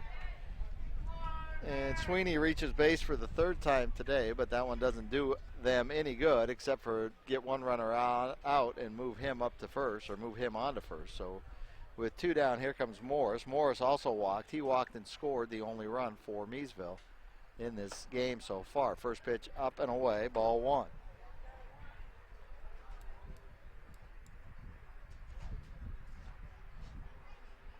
(3-1) your score. We're more than halfway through the game. I guess barely. And again, the fastball. He has a he crosses over as he lands or after his release, and when he does that, the ball seems to sail on him. He's not able to get that one into the zone, low into the zone.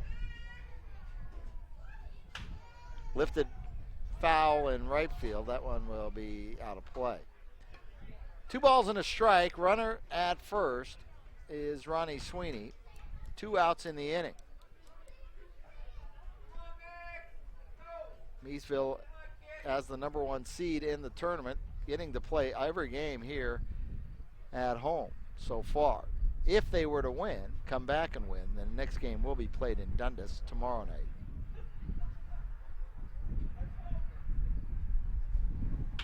Grounded toward short. Nelson will have another chance. He's going to throw all the way across the diamond, and they get Morris on the play. Good play by Nelson there.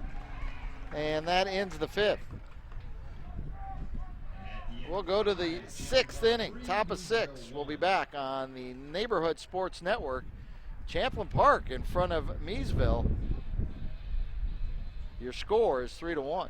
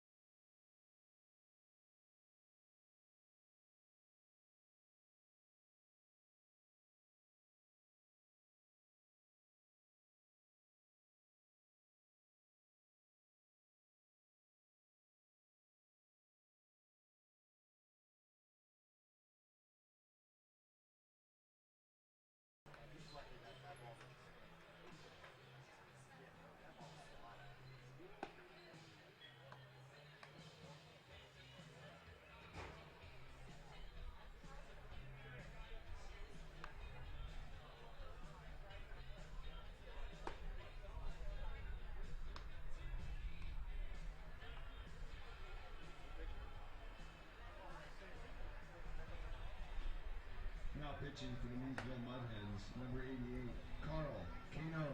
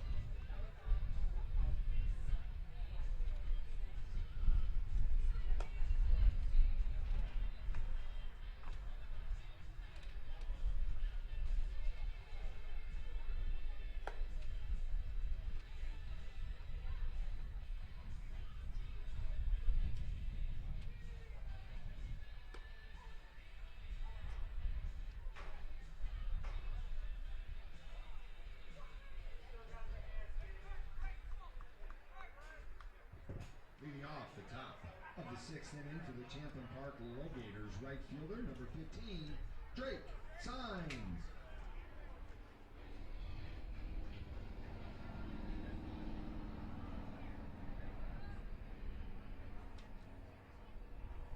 We're in the 6th, just trying to track down this new pitcher. Carl Cano is his name. He's only pitched 3 innings according to this doc I'm looking at. St. Paul, Minnesota hometown. Carl Cano, number 88. He falls behind 2-0. Carl Cano. Swung on and missed as the batter is the right fielder. Drake Signs. Signs 0 for 2. Grounded into a fielder's choice to end the 1st. Strike 2 there, so the count 2-2. And flew out to right in the 4th. We are in the 6th inning, top of 6. 3-1 your score. Grounded towards 3rd, and that one will be picked up by Ledoux. Throws over to Sweeney. Sweeney with a really nice dig there.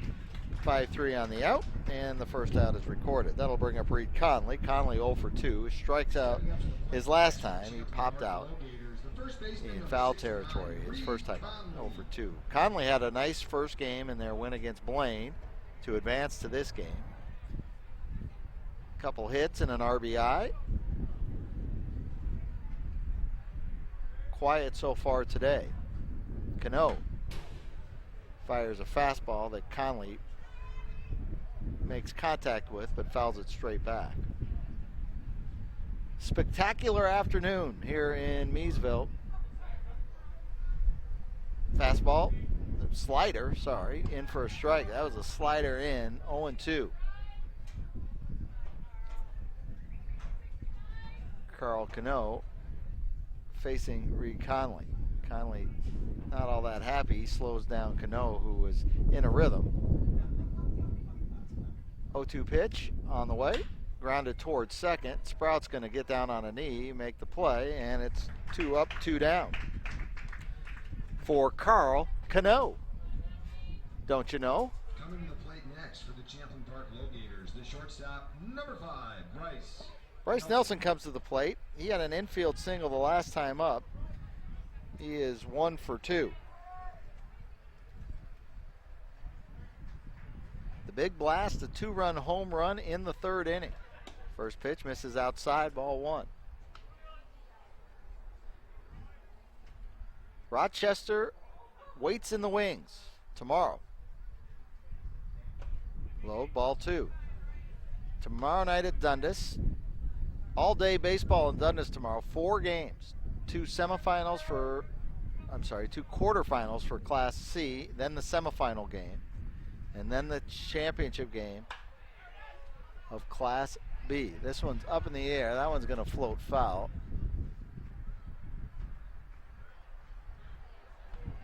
That had some car windshields that were in the bullseye territory on that one, but didn't hear anything break. 2 balls and a strike now to Nelson.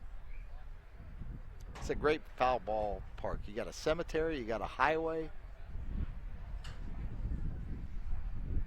You got lots of things foul balls can find here. 2-1 pitch, down low, 3 balls and a strike to Nelson. Bryce Nelson.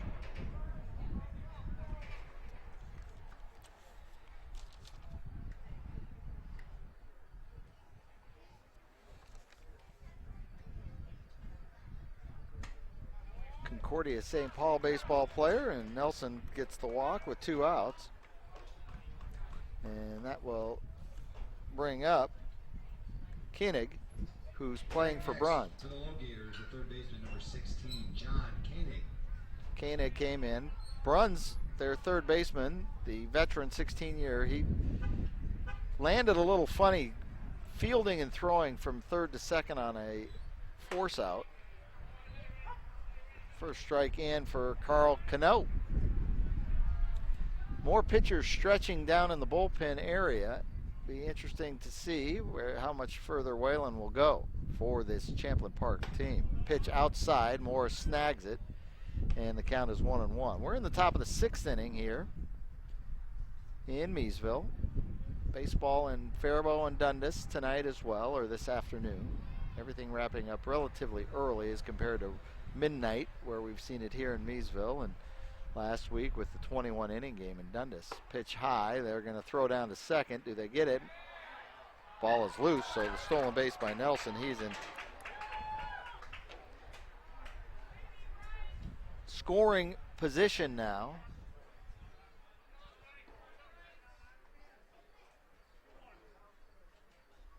Two balls and a strike.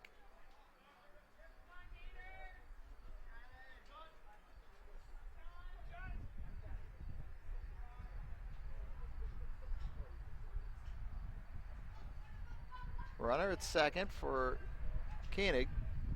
Swung on and missed, and the count levels 2 balls and 2 strikes. Fastball gets past him. The shadow of the American flag waving right in between the third base coach and the home plate dirt cutout area. The sun is beginning to get lower. It is September, is it not? It is. The 3rd. 2-2 pitch, swung on and missed, and inning is over with. We'll go to the bottom of the 6th inning. We'll keep it right here. It's 3-1 Champlin Park over Miesville on the Neighborhood Sports Network.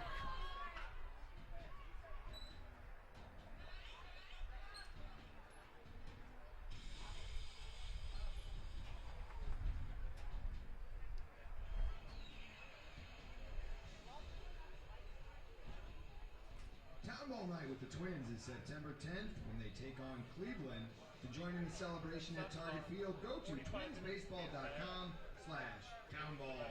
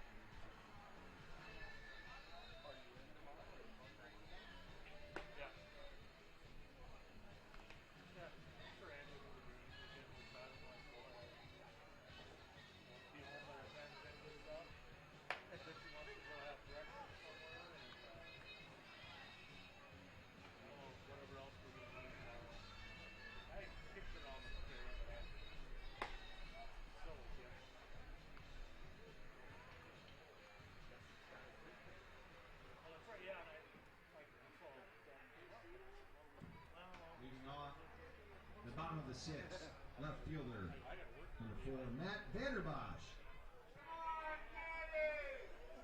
Vanderbosch at the plate. Matt, the manager of the Mudhens, I was going to call them Mustangs, Mudhens, is up here with the hometown team down by 2 going into the bottom of the 6th inning, trailing 3-1. Vanderbosch 0 for 2, reached on a fielder's choice and struck out. 2 balls and no strikes, and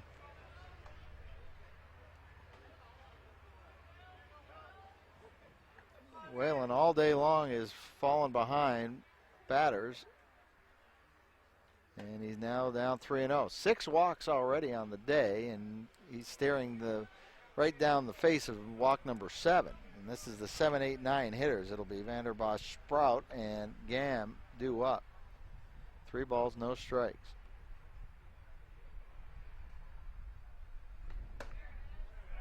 Strike called on the outside corner.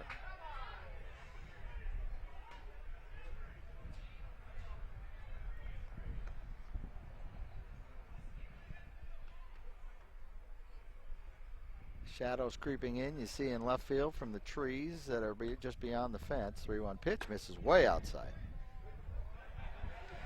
And so walk number 7 occurs, and again there will be some activity in the bullpen.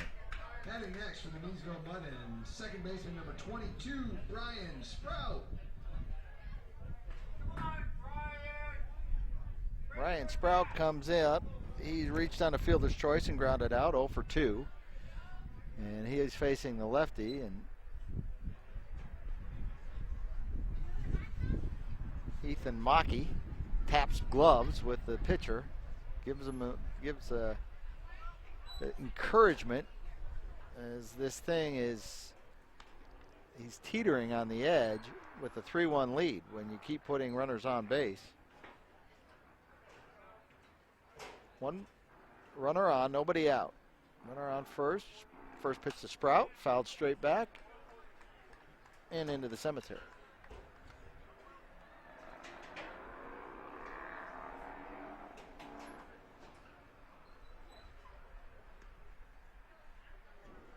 Lefty, appears that the runner at first base delivers inside, ball 1 with a slider.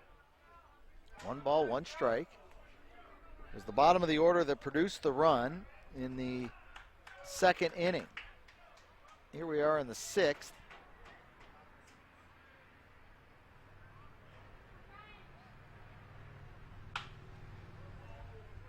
Hooked again, foul. That's the 2nd time today against Whalen that Sprout has been way out ahead of it, or at least out ahead of it. Maybe not way out ahead of it. 1-2 the count. Vanderbosch at first base. Inside, 2-2. Gets away from Mackey, but Vanderbosch goes nowhere. 2 balls and 2 strikes.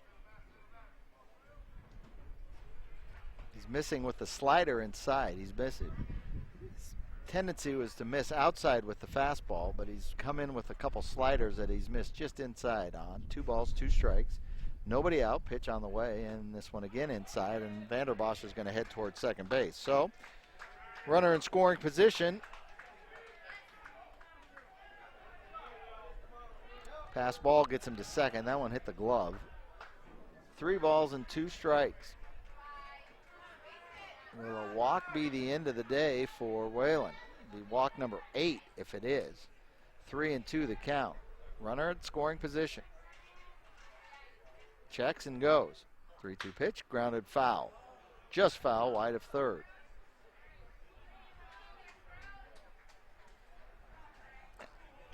At third base right now is Koenig. He's in for Bruns. Shortstop Nelson. Second base Riola. First base Conley.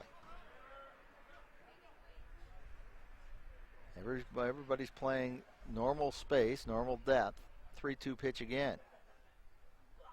Outside, and that is walk number 8. And that will elicit a coaching visit.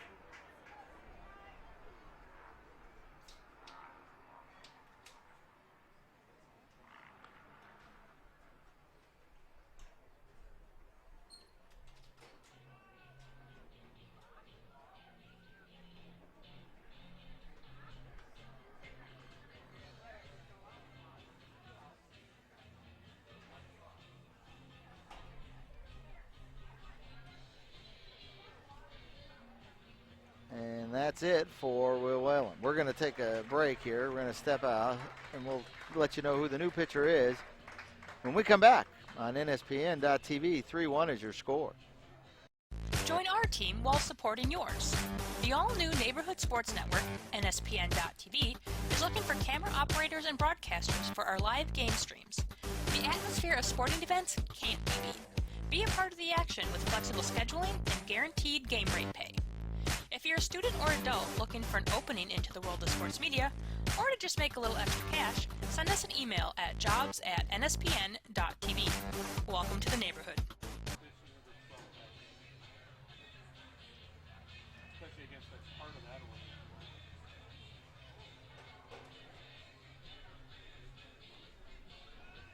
Five strikeouts.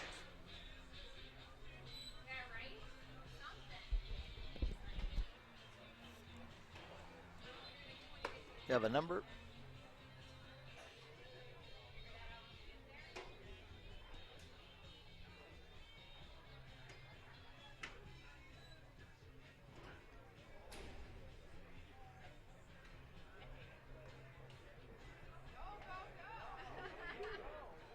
Into the game, pitch for the Champlin Park LoGators, number 21, Dylan Wilson.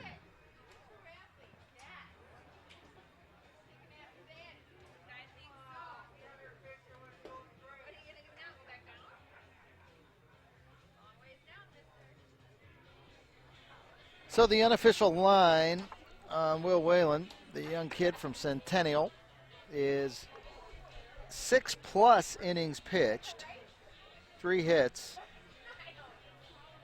He's given up 1 run to this point. He's got 2 runners on base that are both his. Dylan Wilson, out of the University of Minnesota Duluth, 3 years playing for this LoGator team, and he's a Blaine kid, and he will come in. In the 4th inning, Class C, Miesville with a 2-1 lead over New Ulm. With runners on first and second, and the number 9 hitter, Max Gamm. Max with the only RBI, a little base bop to right field, scored Max Morris in the 2nd inning. Lots of base runners, though, in this game. Only 3 hits, but when you've got 8 walks and error, it's 12 base runners, and we're into the 6th inning. That's 2 base runners per inning. Runners at first and second. First pitch, fakes the bunt, and it's going to get away from Maki, and everybody is safe.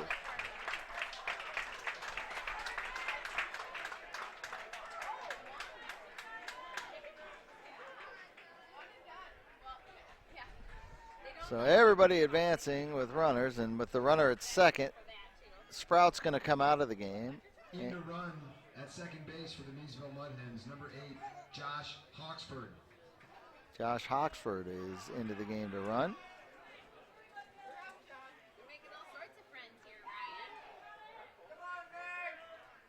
So Max Gann's up now. Both runners in scoring position. He is.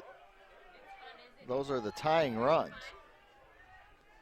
1 ball, no strikes. Swung on a miss. A slider that slid ferociously across the plate.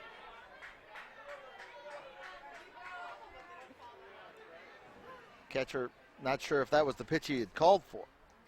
Dylan Wilson in with the count now 1-1.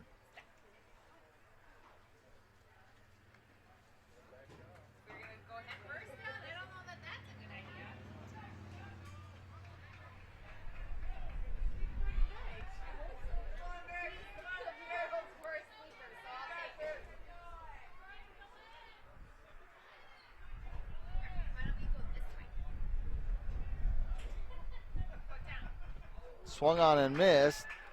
Pitch gets behind the catcher, Maki, but he's able to retrieve it quick enough. Nobody moves anywhere. 1 ball, 2 strikes.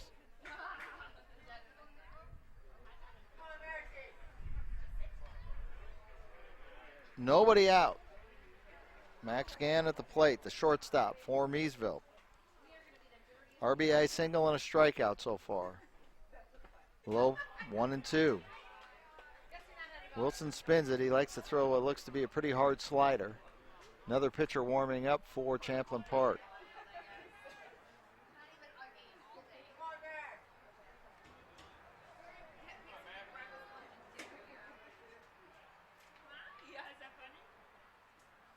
Swung on and missed. Strikeout. Again. And there's 1 out, top of the order. Next up for the Miesville Mudhens, the right fielder, number 6, Ben Vujovic. Vujovic up. He's reached base every time he's been up. A single in the first, walked in the second, reached on an error in the fourth. Base hit will tie this puppy up.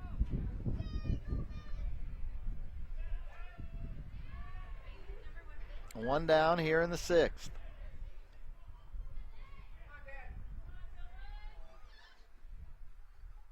First pitch strike. Grinding to a halt a little bit with his game. Pitching change, 2 walks.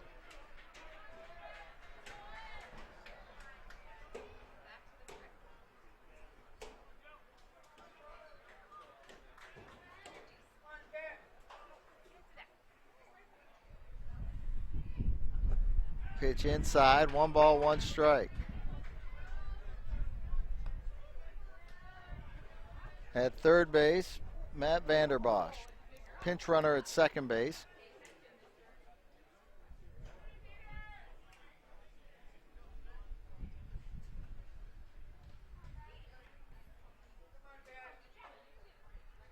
At the plate, Ben Vujovic. 2 balls and a strike.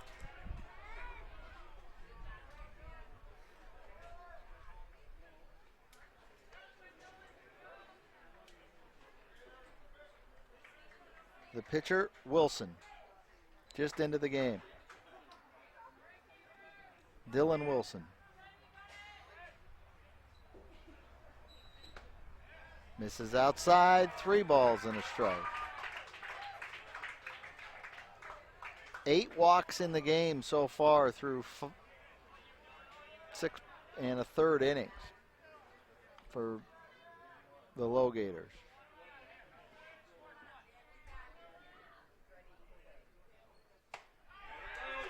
And ball 4. Bases are juiced.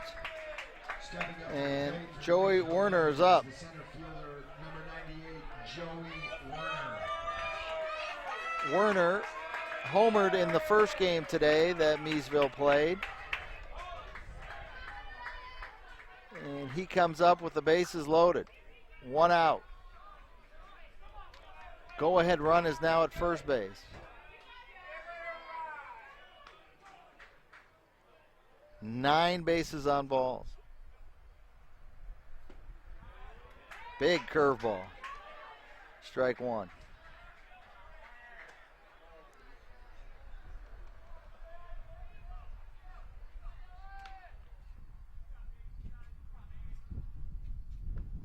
Wilson delivers. Ball right behind the catcher on the foul ball, 0-2. Werner in this game 0 for 3.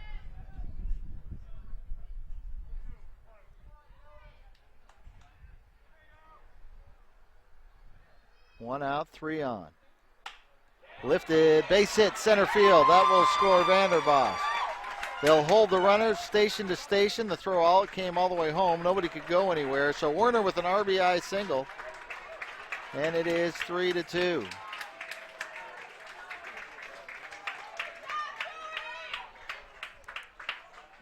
Stepping up to the plate next for the Miesville Mudhens, third baseman number 24, Austin Ledoux. Austin Ledoux to the plate now with a 3-2 game, 1 out, lots of Mudhens on the base paths, as many as there can be. As many Mudhens as legally allowed. First pitch swung on and missed. 3-2 your score.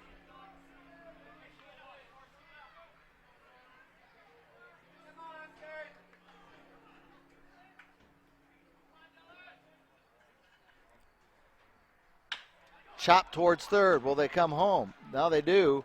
Throw and they get the out. So they get the force out at home that saves the tying run. 5-2 on the play from Koenig to Maki. Over to third goes Vujovic. At second is Werner. The designated hitter, number 7, Derek Marks. And reaching on the fielder's choice is Ledoux. So Ledoux at first. Werner at second. At third, Vujovic. Marks at the plate. Marks walked his last time up. First pitch strike. 3-2.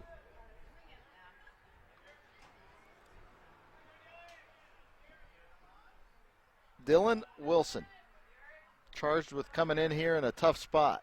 2 outs. Grounded fair, and that will give Miesville the lead. 2-run score, and it's 4-3 on the base hit from Marks. And the Mudhens are in front.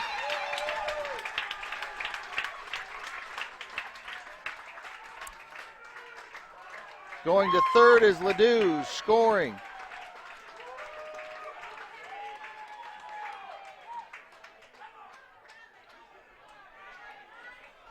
Is Vujovic and Werner. Now at the plate for the Miesville Mudhens, the first baseman. 2 RBI, so it's 4-3.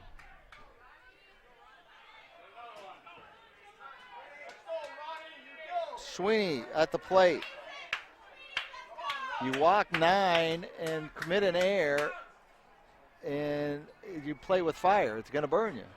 And it has now at least turned the tables a little bit. Straight back, Ronnie Sweeney. 4-3 the score.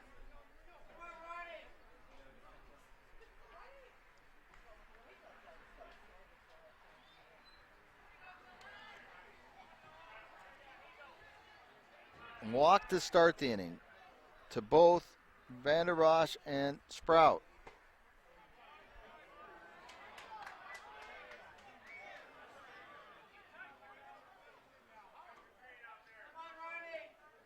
So these last 2 runs belong to Wilson. So he is now the pitcher of record because that second runner that came on with the walk from Whalen was put out at home.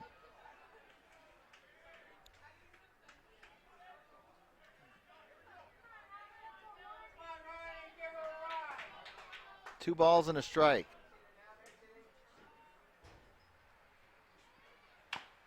Chop foul, we're 2-2.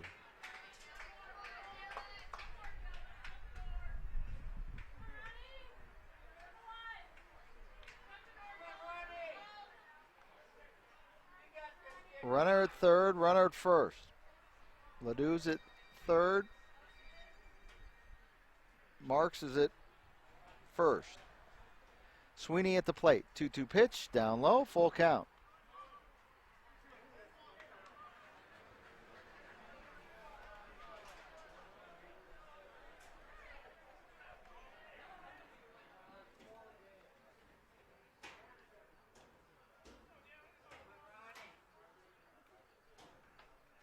Outside, that's walk number 10.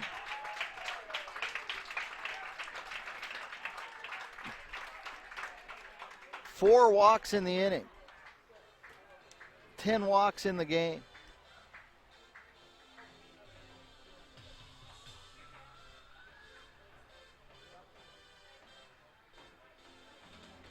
And we'll have another pitching change. We're going to step aside while you're watching NSPN.TV. Baseball. It's America's pastime and Minnesota's passion. The all-new Neighborhood Sports Network, in partnership with the Minnesota Baseball Association, brings you coverage of the 2022 State Amateur Baseball Tournament. Coverage is proudly brought to you by The Urgency Room, fast, flexible care. McDonald's, owners and operators of Minnesota and Western Wisconsin. Find your golden opportunity at mcdonalds.com/careers. The Star Tribune, your home for the best prep coverage. And by the Minnesota Twins. Welcome to the neighborhood. Join our team while supporting yours. The all-new Neighborhood Sports Network, NSPN.TV, is looking for camera operators and broadcasters for our live game streams. The atmosphere of sporting events can't be beat. Be a part of the action with flexible scheduling and guaranteed game rate pay. If you're a student or adult looking for an opening into the world of sports media, or to just make a little extra cash, send us an email at jobs@nspn.tv. Welcome to the neighborhood.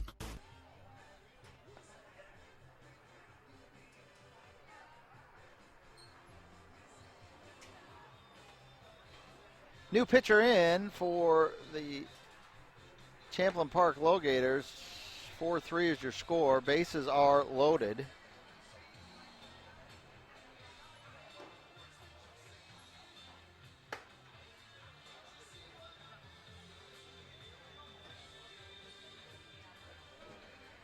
And into the game now, number 23.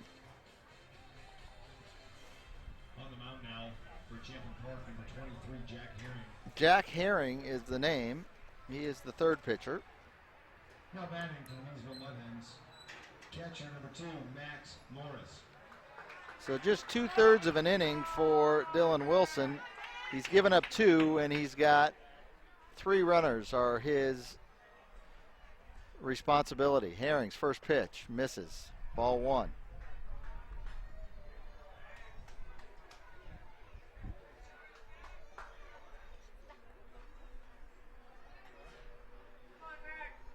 One ball, no strikes. Max Morris, the batter. 2 balls and no strikes.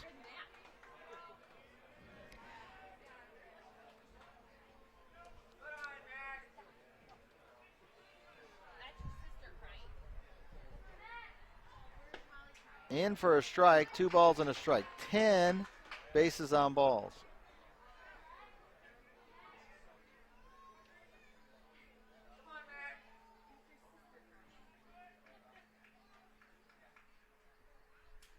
In for a strike. 2 balls and 2 strikes to Max Morris. Again, Ledoux is at third. Marks is at second. Sweeney's at first. Morris is the 9th batter of the inning. And he grounds towards short. It's fielded by Nelson, and they flip it to Riola for the out. So fielder's choice ends it, but 3 runs score in the inning. Try to check to see how many hits there were. Again, it's so many walks. 1 hit, 2 hits on 2 hits. So 3 runs on 2 hits, 3 men left on base, which is the second time they've left the bases loaded.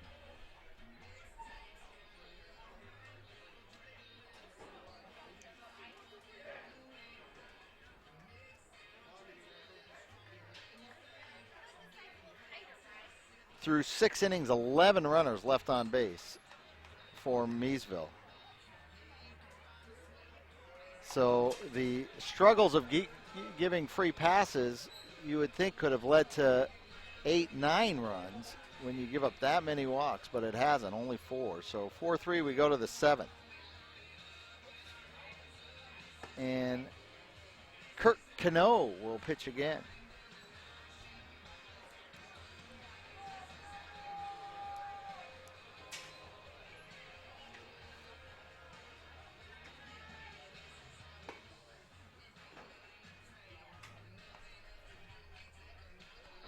So we'll have a pinch hitter for Champlin Park. Still open down the third base line.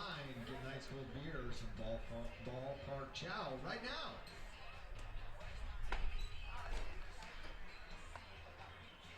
And it is Tyler Midas who will hit for Holman. Heldman,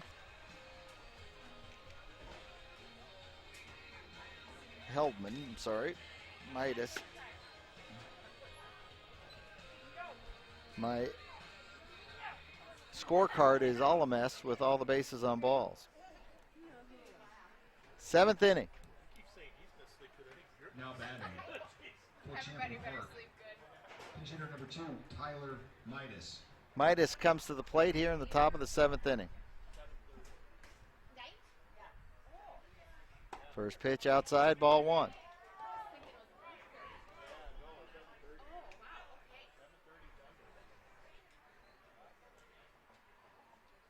Strike on the outer corner to Midas. Midas got a pinch hit attempt in the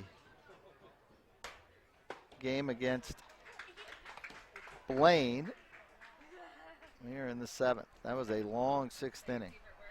3-run score. Miesville now leading the way. In for a strike, and that's strike 3 to Midas.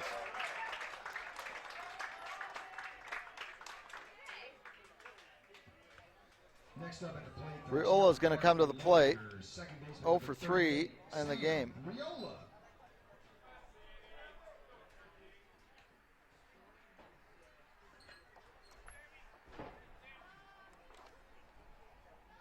Second strikeout for Cano.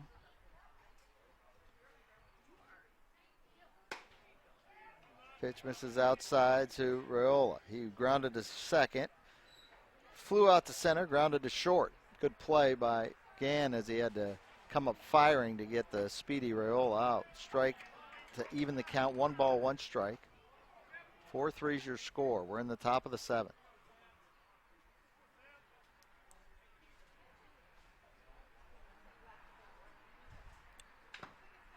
Fouled off the umpire. I think might have got both Morris and the umpire. And it's a ball and 2 strikes. 1 down here in the 7th.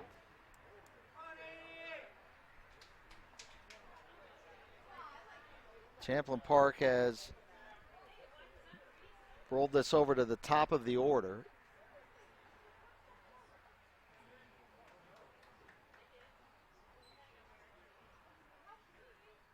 Kirk Cano.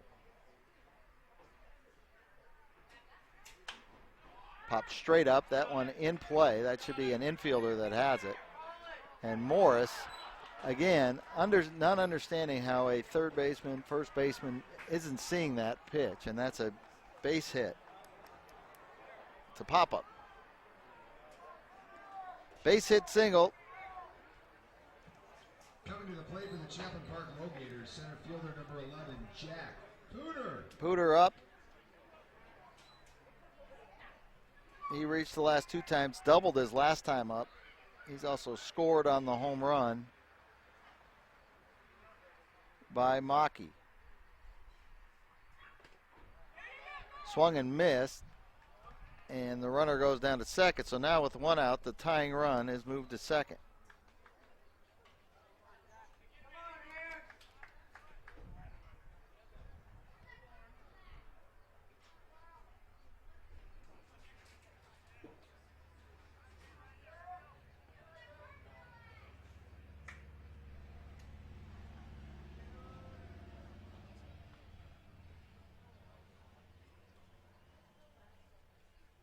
0-1 pitch on the way, grounded, big hop. Sweeney's going to pick it up. They'll throw it to Cano, except the throw is wide, and that will score the tying run. So an error for as Pooter goes all the way to second.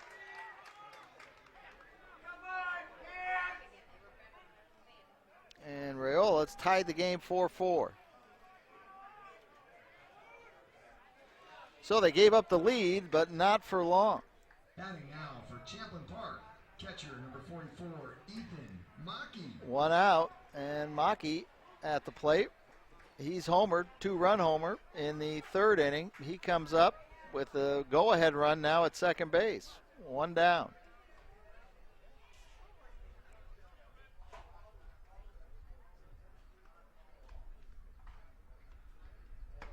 Pitch misses inside. Two-base error as Pooter at second. Just think about it.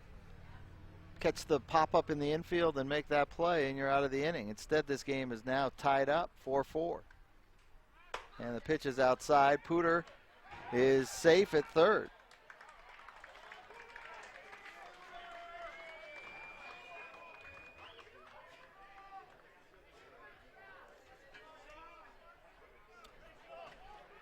The Miesville scoreboard operator doesn't want to admit the fact that this game is tied up. One out, now the go-ahead run sits at just 90 feet away. 2 balls and no strikes. And it's a ground infield in, throw across the infield, and the out recorded. So Gam was playing in, and that allows them to save that go-ahead run from scoring. 2 down. The designated hitter, number 24, Jeff Hoyer.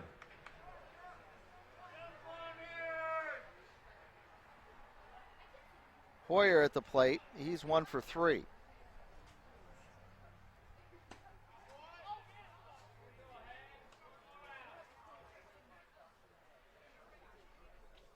Pitch is low, ball 1. All squared now after with 2 outs here in the 7th. Way out in front of the breaking pitch or off-speed pitch, and it's just pulled foul. The ball and a strike. You're watching the Class B semifinal game. Winner goes on and will have to beat Rochester twice, but you have the opportunity to play tomorrow night. Swung on and missed. Foul tipped and caught by Morris. 1 ball, 2 strikes.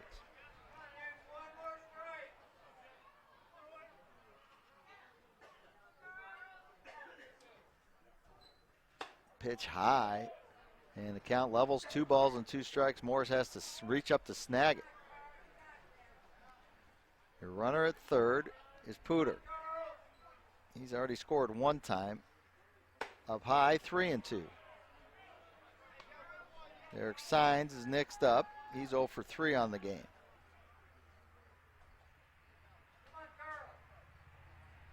The 3-2 pitch on the way. Grounded foul.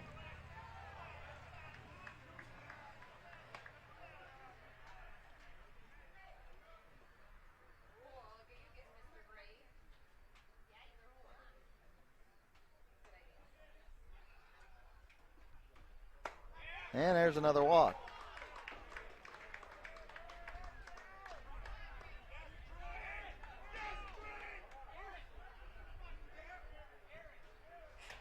Coming to the plate next for the Champlin Park LoGators, right fielder number 15, Drake Sines.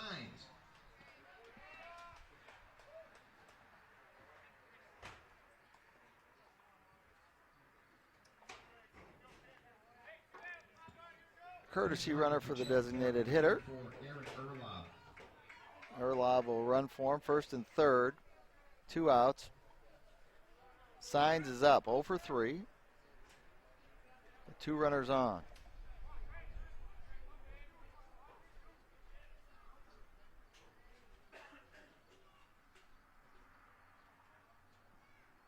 Pitch high. Ball 1. At my count, I've got 14 walks on the game. Gotta pound the strike zone. Just have to. Pitch outside, 2-0. Carl Cano had 2 outs. Had a pop fly that landed right in front of him and the third baseman and the catcher. That would have been the second out, then a ground ball towards first. Almost throwing it away. Tough sun now for any throw coming from that left side over to the first baseman, especially from about the shortstop range. That's going to be difficult.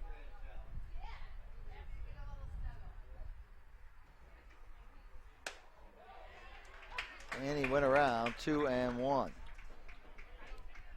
2 down, 7th inning.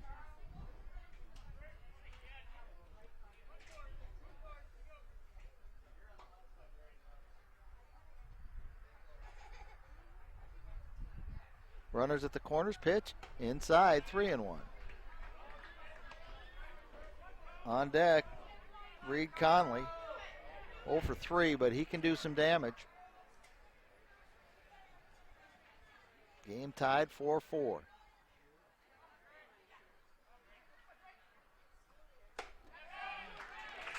And another one. Bases loaded.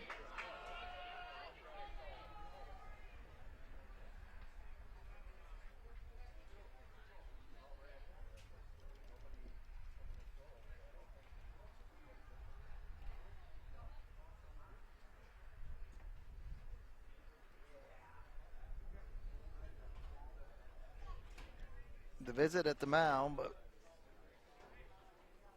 it is a relatively quick one, and that will bring in Reed Conley. Popped up foul territory, struck out, and grounded out. The first baseman, number 69, Reed Conley. He wears 69. Pooter at third. Pinch runner at second. Pitch misses outside. Over at first is Signs. Conley at the plate. 1-0 the count.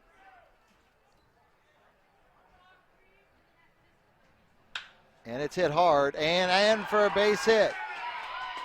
That'll just go station to station, but Conley's got the RBI single that puts the Champlin Park LoGators up 5-4. Now, Conley with his first hit, RBI of this game. Scoring is Pooter.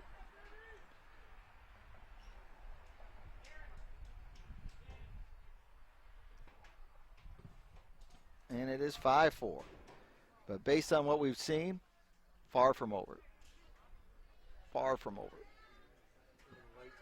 In to run for the LoGators, number 77, Dan Boondorf. And at the plate for the Champlin Park LoGators, the shortstop, number 5, Bryce Nelson. Bryce Nelson walked his last time up. Has an infield single. He's 1 for 2. He's got bases loaded, and now the LoGators are back up front.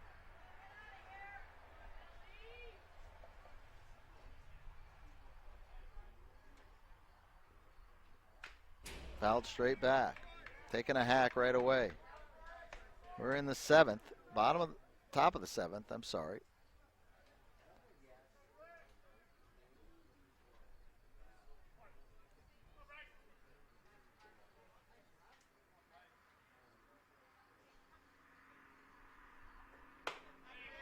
Pitch in for a strike right on the corner, 0-2.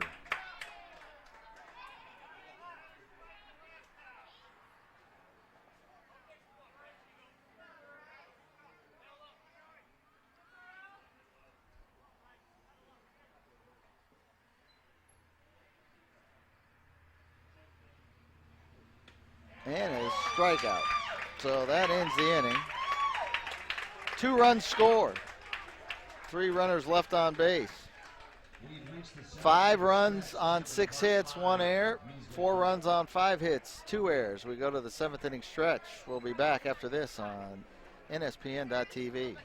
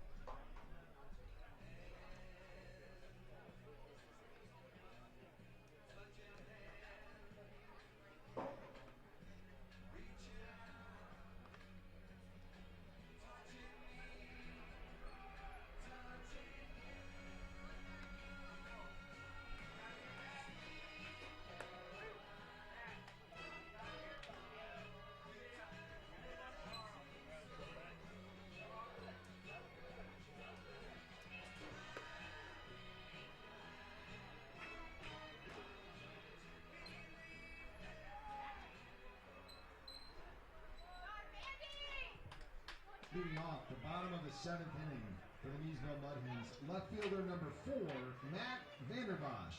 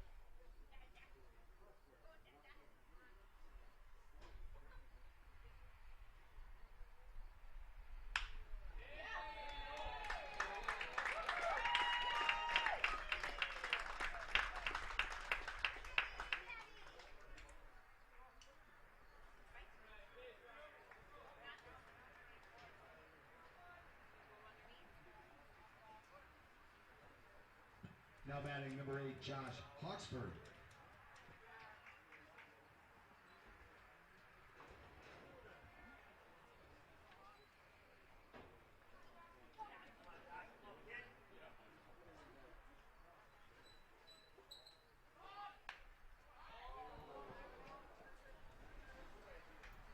Vanderbosch with a base hit to lead off this 7th inning.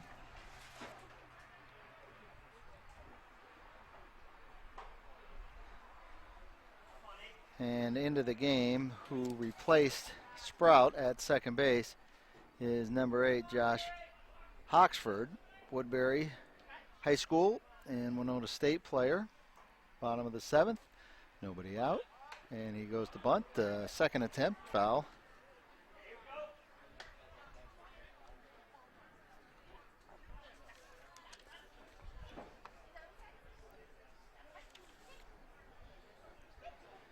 Jack Herring still pitching for Champlin Park. 5-4 is your score. We're in the bottom of the 7th inning. Nobody out. Runner on first. And the breaking ball misses low. 1 ball, 2 strikes.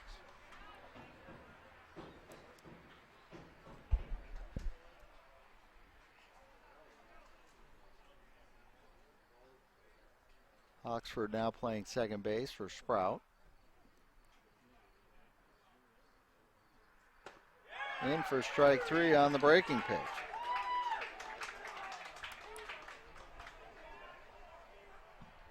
One down.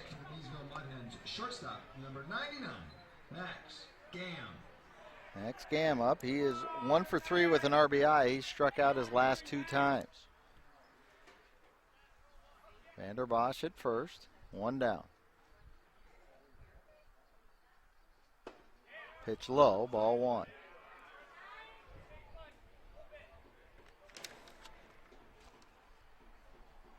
Herring, Plain, Minnesota, also pitched at St. John's. Swung on and missed.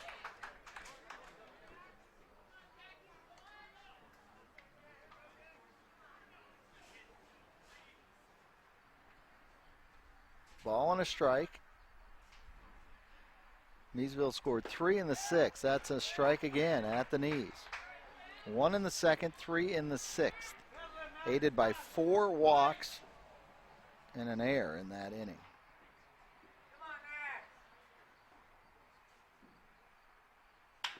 Grounded towards second. Get the runner first. Safe is Gann, and he will stay at first base. So they get the lead runner. Slow roller, tough to get a double play in that situation, but on the fielder's choice, Gann is at first. 2 down for the top of the order. Right fielder number 6, Ben Vujovic. Vujovic scored in that 3-run inning. He was the tying run.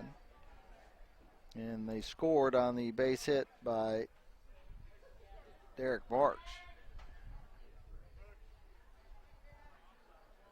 2 outs here in the bottom of the 7th. Runner still at first base. Vujovic has been on base all 4 times. Takes a ball inside on a breaking pitch. Singled, infield single in the first. Walked in the second. Reached on an error in the 4th. Walked in the 6th. He's been on base 4 different times today, 3 different ways. 1 ball, no strike. They throw over.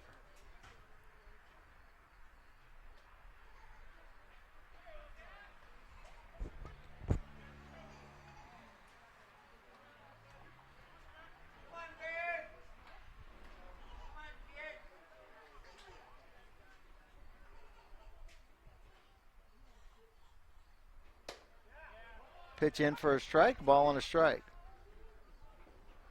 Still in the 7th here.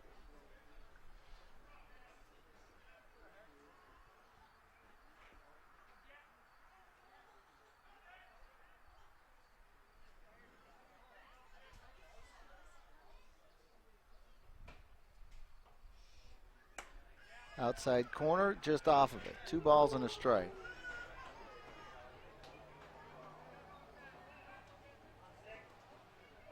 Herring the Johnny, trying to help the LoGators out. He's got 2 outs in this inning. Can he hold this lead going into the 8th?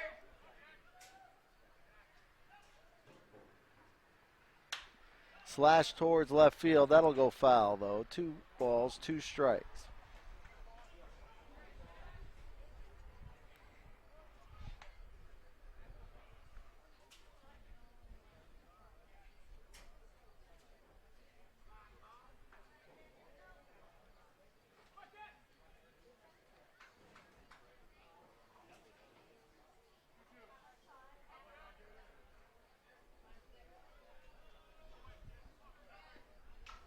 Don't know if any of the other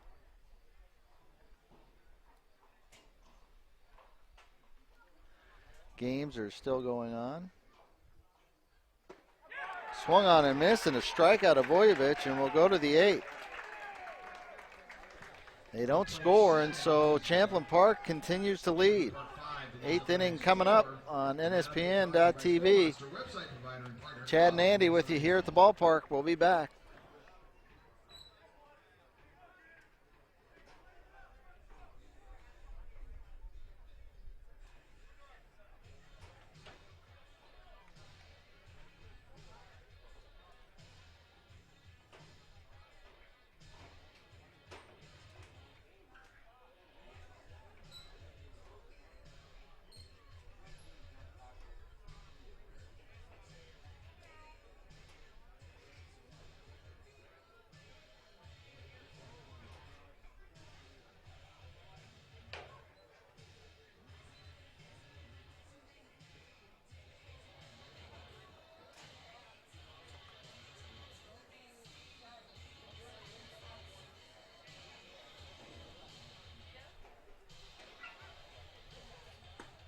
Now pitching for the Miesville Mudhens, number 1, Connor Malcolm.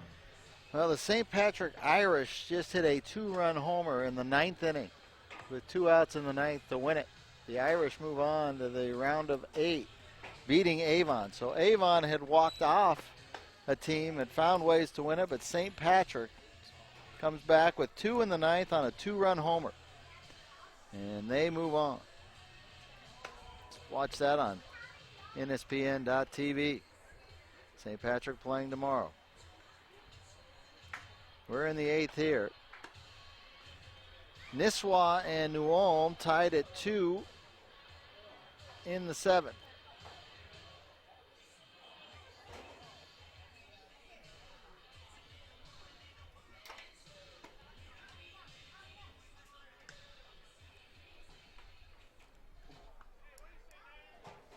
Into the lineup and leading off the top of the 8th inning for the Champlin Park LoGators, number 9, Adam Pooter. Adam Pooter into the game.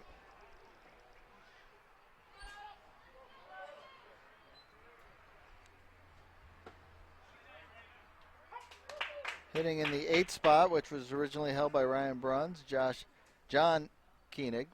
First pitch, a strike.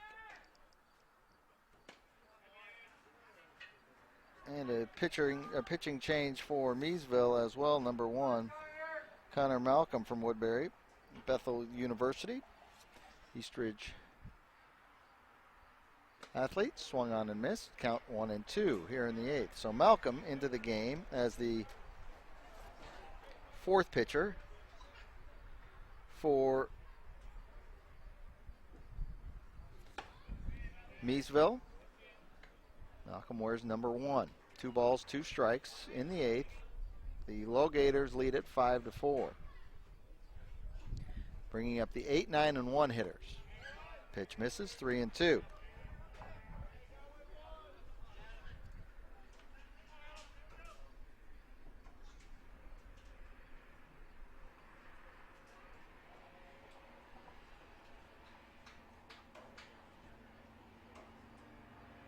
And a strikeout. Called third strike.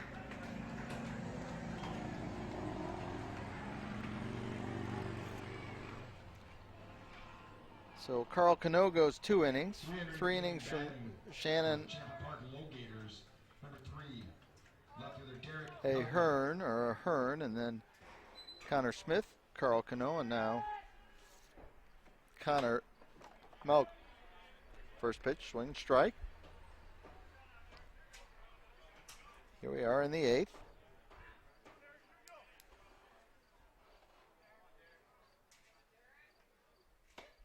Breaking pitch, catches the corner of the plate. No balls and 2 strikes.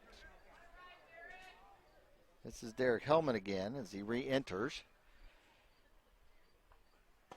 This spot 0 for 3 so far in the game. The last time Tyler Midas batted in the 7th. But here we are in the 8th. Malcolm misses outside. 2 balls, 2 strikes.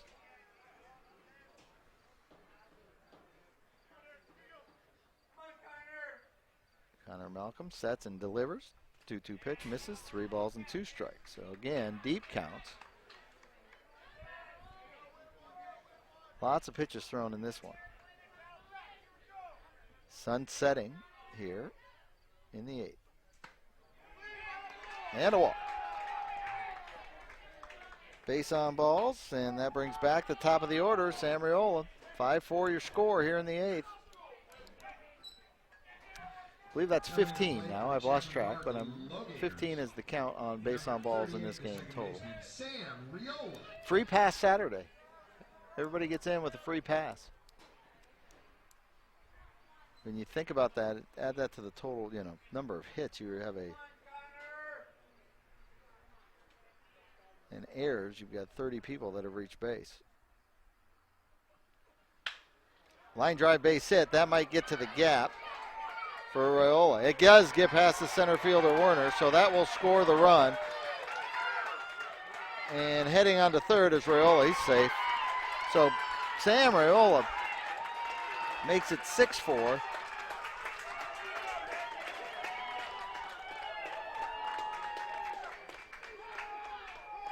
Give him the RBI base hit there.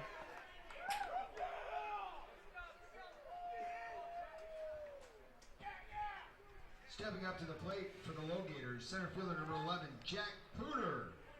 They're going to give him a triple. It might have been a double and an error as the ball got past the center fielder into the gap and allowed everybody to go on extra base. Puder at the plate. He scored last inning in the 7th when they rallied back to score 2. He has scored twice today. And it is now 6-4. Champlin Park leading the way. Swung on and missed. Good off-speed pitch from Malcolm. Runner at third, less than 2 outs. Can they score that insurance run here in the 8th?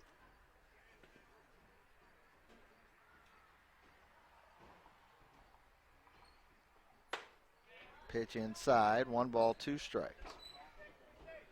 On deck is Maki. He is homered today. Winner goes on to tomorrow night.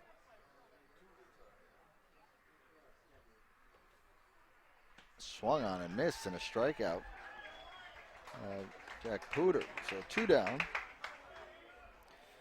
Both of the Pooters striking out in this inning, but a run is scored, and there's still a runner at third base. LoGators. Catcher number 44, Ethan Maki. Maki at the plate. Scored twice, walked and scored in the first, homered, a 2-run homer in the third. Since then, he has been quiet. First pitch outside. He's got a run that's 90 feet away, or a runner 90 feet away, that would make it a 3-run ball game. Led by 2 after his 2-run homer. They lead by 2 again. Foul into the cemetery. That went deep into the cemetery. Ball and a strike. 6-4 your score.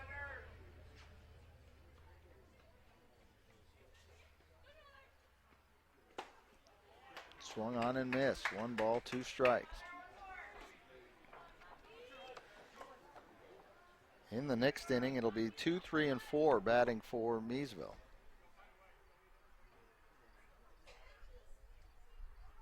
Pitch outside, 2-2.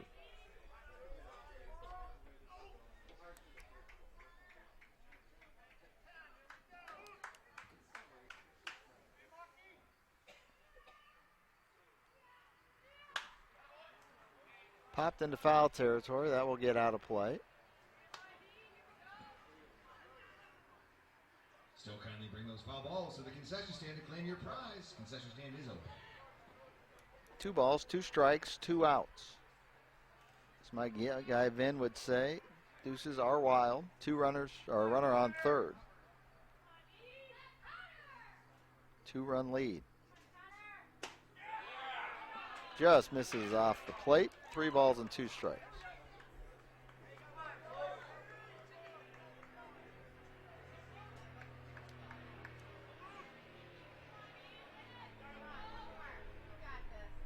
Three-two the count.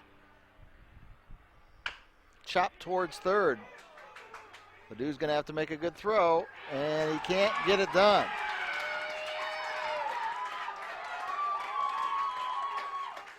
Score the run for Champlin Park, and they lead it 7-4.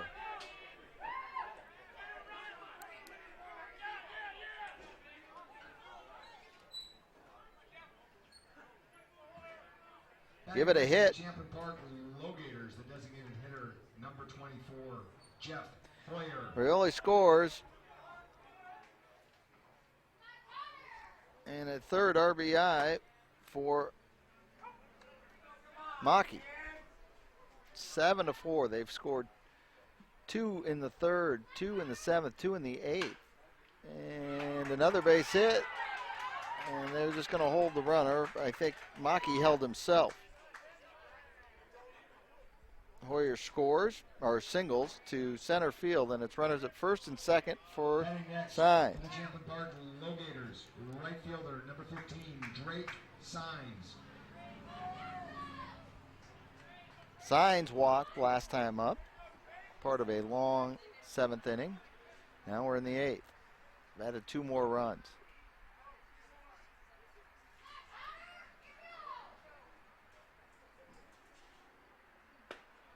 Pitch is just low, ball 1.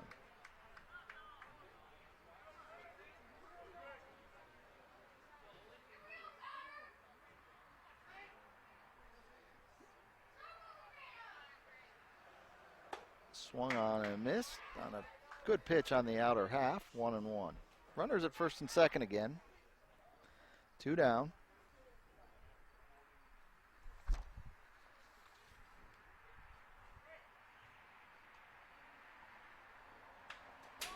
Fouled back, and the count stays 1-2.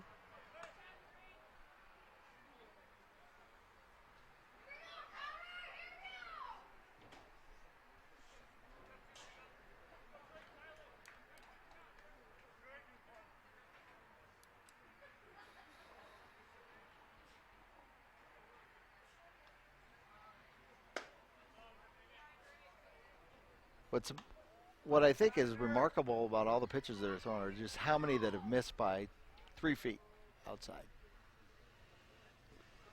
A lot of pitches missing way wide. 2 balls, 2 strikes. Swung on and missed, and that concludes the inning. But not until 2 more runs scored. Score after 7 1/2 innings of play. Champlin Park 7, Miesville 4. And we will go to the bottom of the 8th.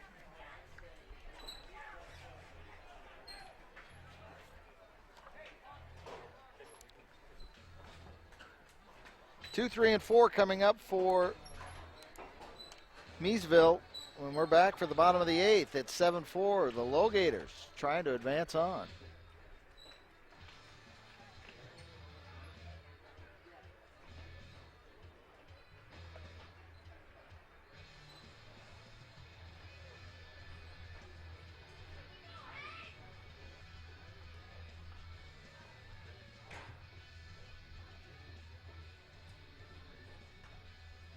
Final score from Class C in Dundas. St. Patrick 5, Avon 4.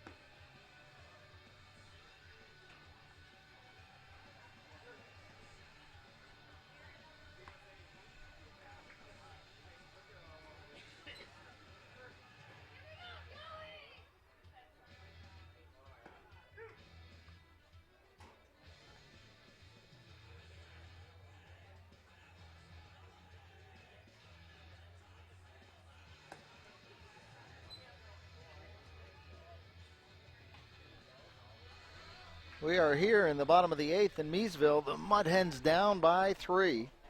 6 outs left to go to try to make them back up. For the Miesville Mudhens, center fielder number 98, Joey Werner. Joey Werner at the plate.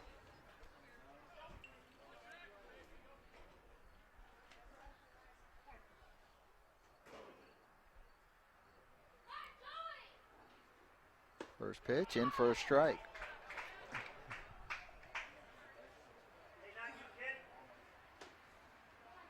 Werner with an RBI base hit last time up. That made it 3-2.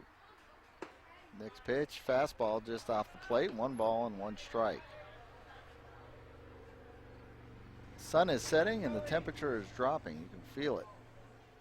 Get down into the 60s now as we go to the bottom of the 8th. This game is going to be a 3-hour baseball game. Fly ball out towards left field, and the left fielder comes in. It's Hellman with the catch for the first out of the inning. Stepping up to Sun the going down and the lights taking effect, no doubt about it. For Austin Ledoux.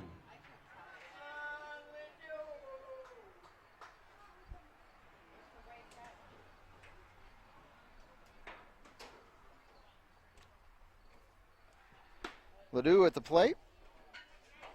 He reached on a fielder's choice last time up.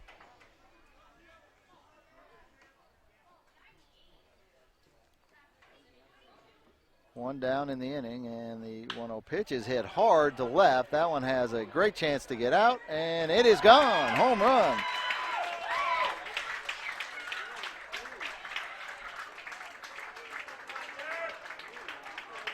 And Ledoux makes it 7-5 with the home run.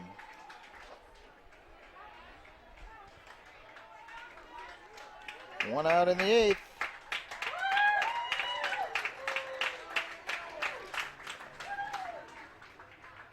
Off of Herring, still pitching, and it's 1 out, 7-5. The designated hitter, number 7, Derek Marks.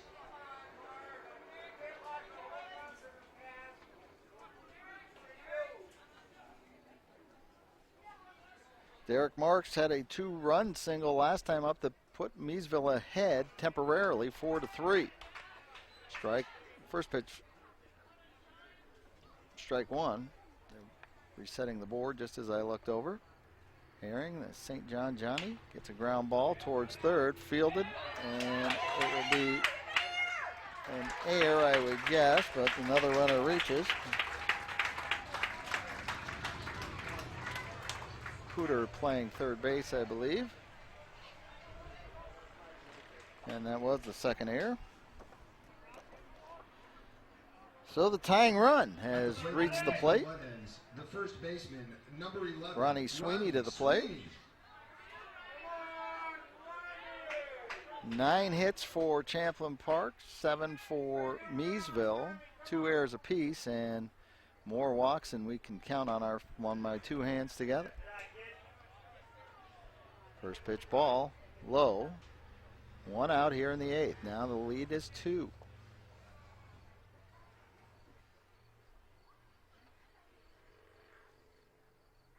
Popped up, should be in play. Shortstop Nelson tracking over, and he makes a phenomenal catch. He went from foul territory into fair territory to make that grab. 2 down.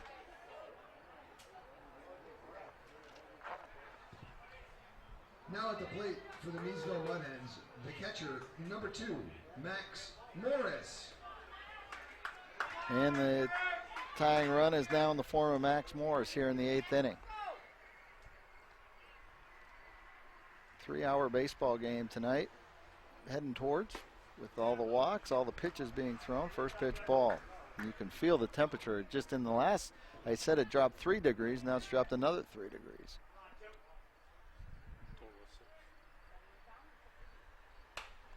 Flared foul. And the count is 1-1. Protected. Runner at first, Marks. Home run in the inning from Ledoux.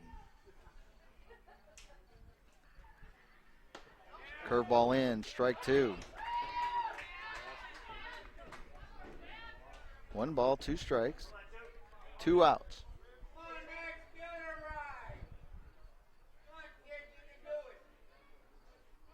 Max Morris from Eastridge and St. Thomas Academy. 1-2 pitch.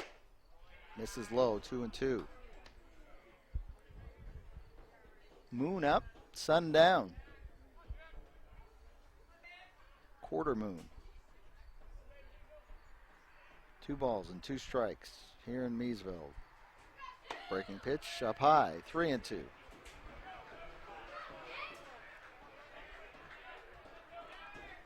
Vanderbosch on deck.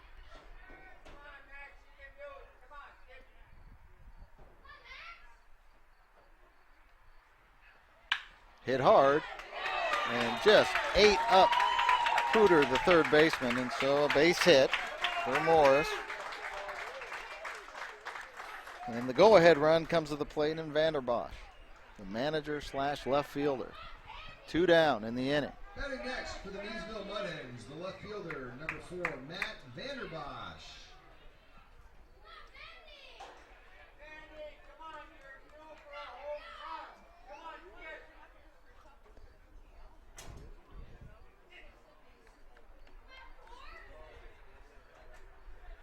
Maki out In to run at second talking base to for the Herring. Mudhens, number 27, Riley Ahern.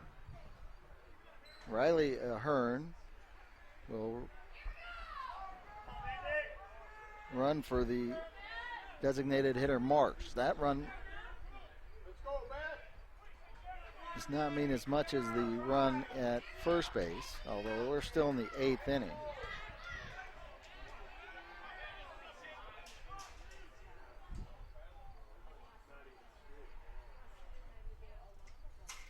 First pitch outside, ball 1. Herring came in, pitched a solid 7th here in the 8th. He's gotten 2 outs, but a run's in on a home run and 2 runners on. Lifted out towards center field. Pooter's there, and he drifts over and makes the catch. So we'll go to the 9th inning now. We've played 8 innings of baseball. Champlin Park 7, Miesville 5. We're going to take one more break. You're watching NSPN.TV. Thanks for watching today. Thanks for subscribing and enjoying town ball in Minnesota. PrepSpotlight.tv made history in 2020 by live streaming every game of the Town Ball State Tournament. History is happening again. PrepSpotlight.tv has been great, but it's becoming greater. Introducing NSPN.tv. The Neighborhood Sports Network launches this week with end-to-end coverage of a fantastic Minnesota sports tradition, Town Ball. See every game for a new fan-friendly monthly fee. Join for Town Ball State Tournament games, then stay for the high school and college seasons. NSPN.tv will provide subscribers with an abundant supply of local sports content, featuring live events called by local play-by-play professionals, comprehensive highlights, feature stories, weekly shows, documentaries, and video podcasts. Welcome to the neighborhood. NSPN.tv.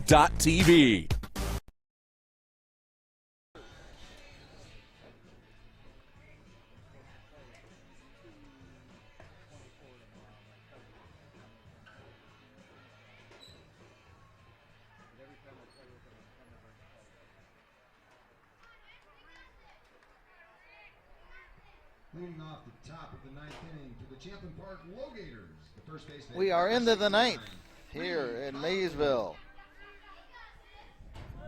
Reed Conley at the plate. 7-5 is your score. Connor Malcolm, the pitcher.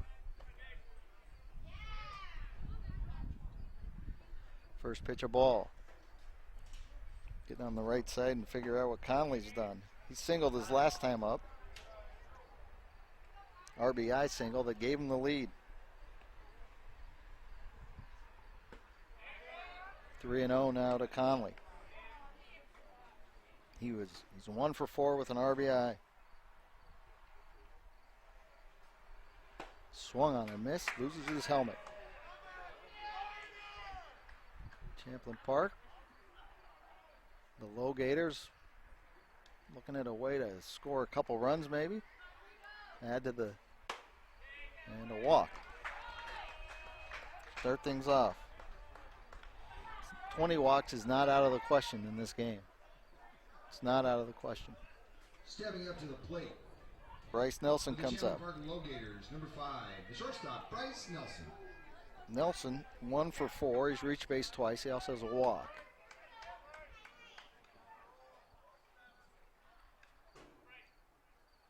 Seven runs on 9 hits. Pitch misses.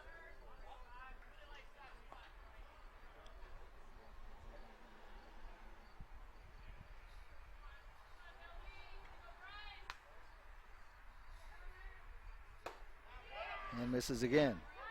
The strike zone is a bit of a unicorn in this game. Not sure if it really exists. 2-0. Sells a lot of t-shirts, but not sure if it really exists. Swung on, and that'll be a base hit. And it gets past the Vanderbosch, and everybody will move up. So, single to left with an air.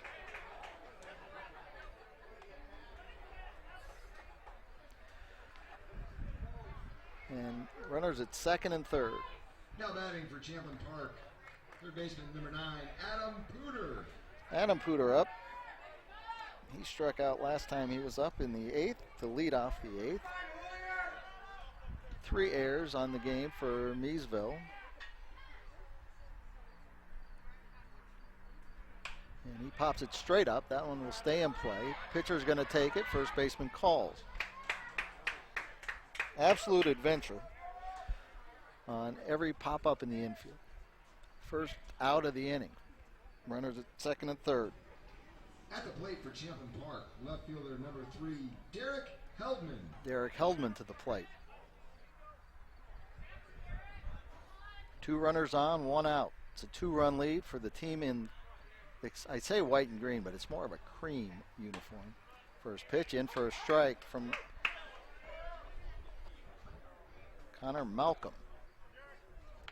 It'll be the 8, 9, and 1 hitters for Miesville in the 9th inning. Swung on and missed. 0-2 quickly to Heldman. Riola is on deck. Riola scored runs in the 7th and the 8th inning. Swung on and missed, and there's 2 down in the 9th. Sam Riola. Stepping up to the plate for the Champlin Park LoGators, second baseman, number 38, Sam Riola. And they're going to walk Riola.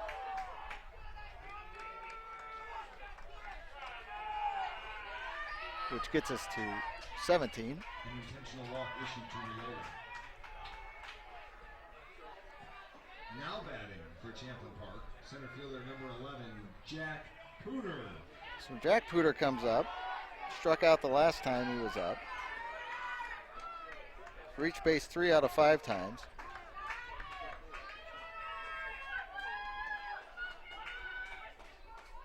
He's got the bases loaded with 2 outs. Connor Malcolm misses high.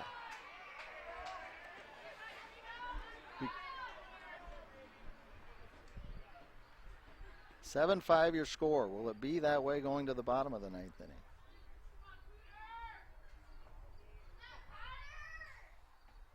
inning? Inside, 2-0.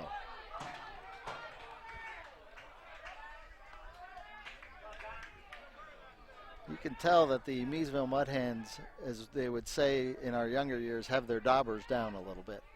They're not much life. An error in the inning already. Walk. 2-0 pitch. Popped up. Straight up. Morris drops the mask. Drifts and catches it. So that's a big out there. Bases left loaded.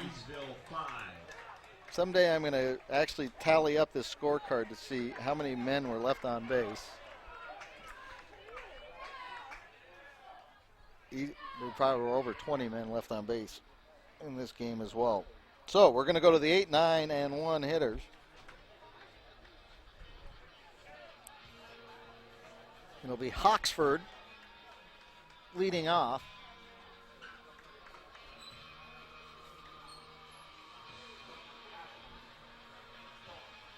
Josh Hawksford, Max Gam, and then back to the top of the order.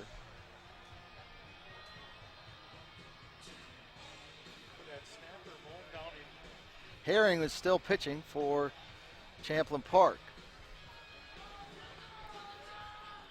Miesville scored 1 in the 2nd. They got 3 in the 6th to take the lead 4-3. Added another one in the 8th. When the score was 7-4, they were down. 8, 9, and 1. They need to score 2 to keep this game alive. 3 will send them to a rematch with Rochester tomorrow night.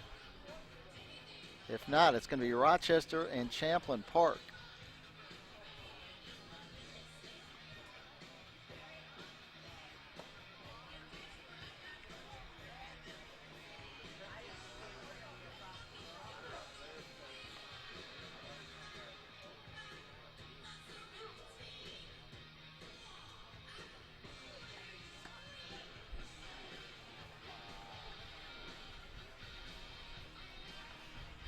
Here we go, bottom of the 9th.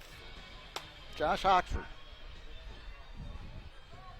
Leading off the bottom of the 9th inning for the Miesville Mudhens, second baseman number 8, Josh Hawksford.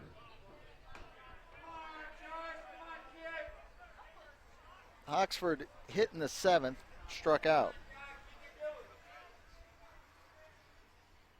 First pitch in for a strike. Jack Herring from Champlin Park assigned to get the final 3 outs maybe. There is somebody in the bullpen right now. First 0-1 pitch popped up, and Conley is there, and he puts it away.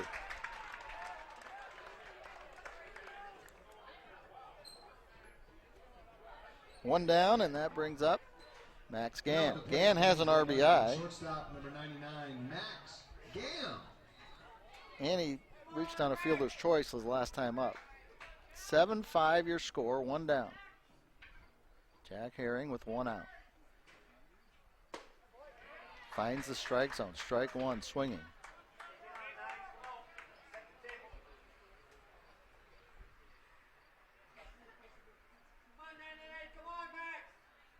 One pitch on the way. He checks his swing on the slider that misses outside. 1-1. Miesville came in as the number one seed. They might be exiting in 2 losses on this Saturday. Pitch in for a strike, 1-2. I don't think many people would have seen that coming. Of course, as this happens this time of year, you miss a player or two. Pitching gets a little thin. 1-2 pitch. Outside, 2-2. So the LoGators coming through the loser's side, winning this morning against Blaine. 2-2 pitch on the way. Grounded foul.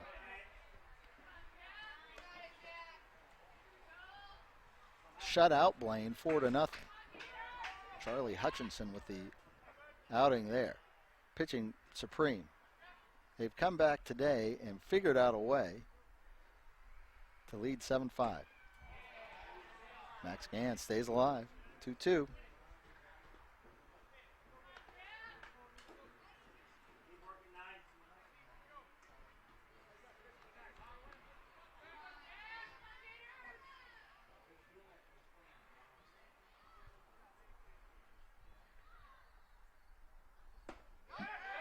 Misses outside. 3 balls and 2 strikes. Gann, the number 9 hitter, has he worked himself into a position with a few foul balls to maybe get on base in more ways than just getting a base hit. Fouls off another one. A battler. That one was at the Kia. 3 balls, 2 strikes, 1 down. Back to the top of the order. After Max Gann, the decision on what he does here. 3 balls and 2 strikes, 1 out. Fouls it off again. Max staying alive. Making money for those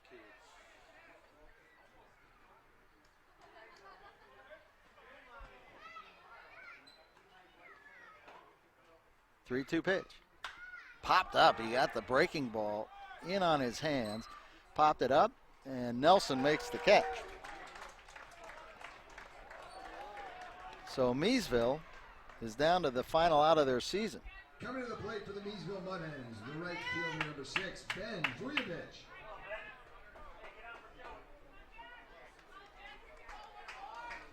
Ben Vujevich comes to the plate.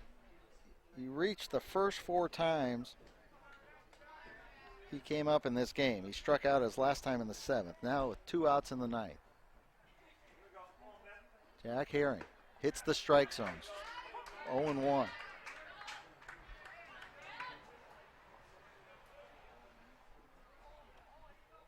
This game has reached the 3-hour and 8-minute mark.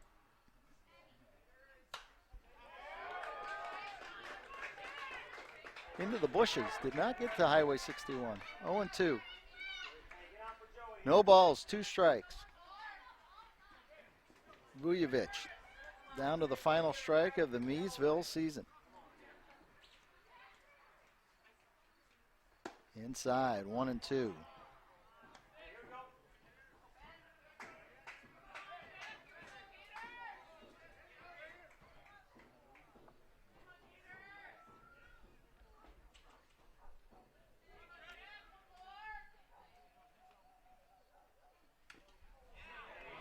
Simley High School grad, stays alive. St. Thomas.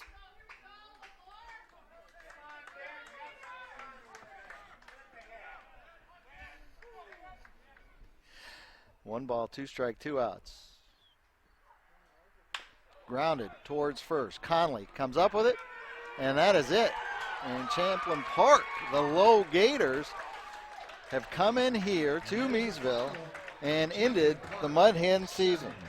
Miesville 5. 7-5 is your final. On a great season. And Congratulations to the Champlin Park LoGators. Champlin Park will play Rochester tomorrow night at 7:30 in Dundas. The LoGators will take on the Rochester Royals. And that does it for our day of baseball. September 4th at 7-5 your final. at Memorial Park. They shut down the scoreboard so fast I couldn't even get my totals up. 7-5. Champlin Park moves on to the championship game. They have to beat Rochester twice tomorrow. You can watch it all right here on NSPN.TV. So Champlin Park wins 2 games today to stay alive. Miesville loses 2 games today, and their season is done. Andy Price, Chad Tennis with you from Miesville, and we'll have a final game here. Everything shifts to Faribault and Dundas tomorrow. Thanks for joining. We'll catch you later on NSPN.TV.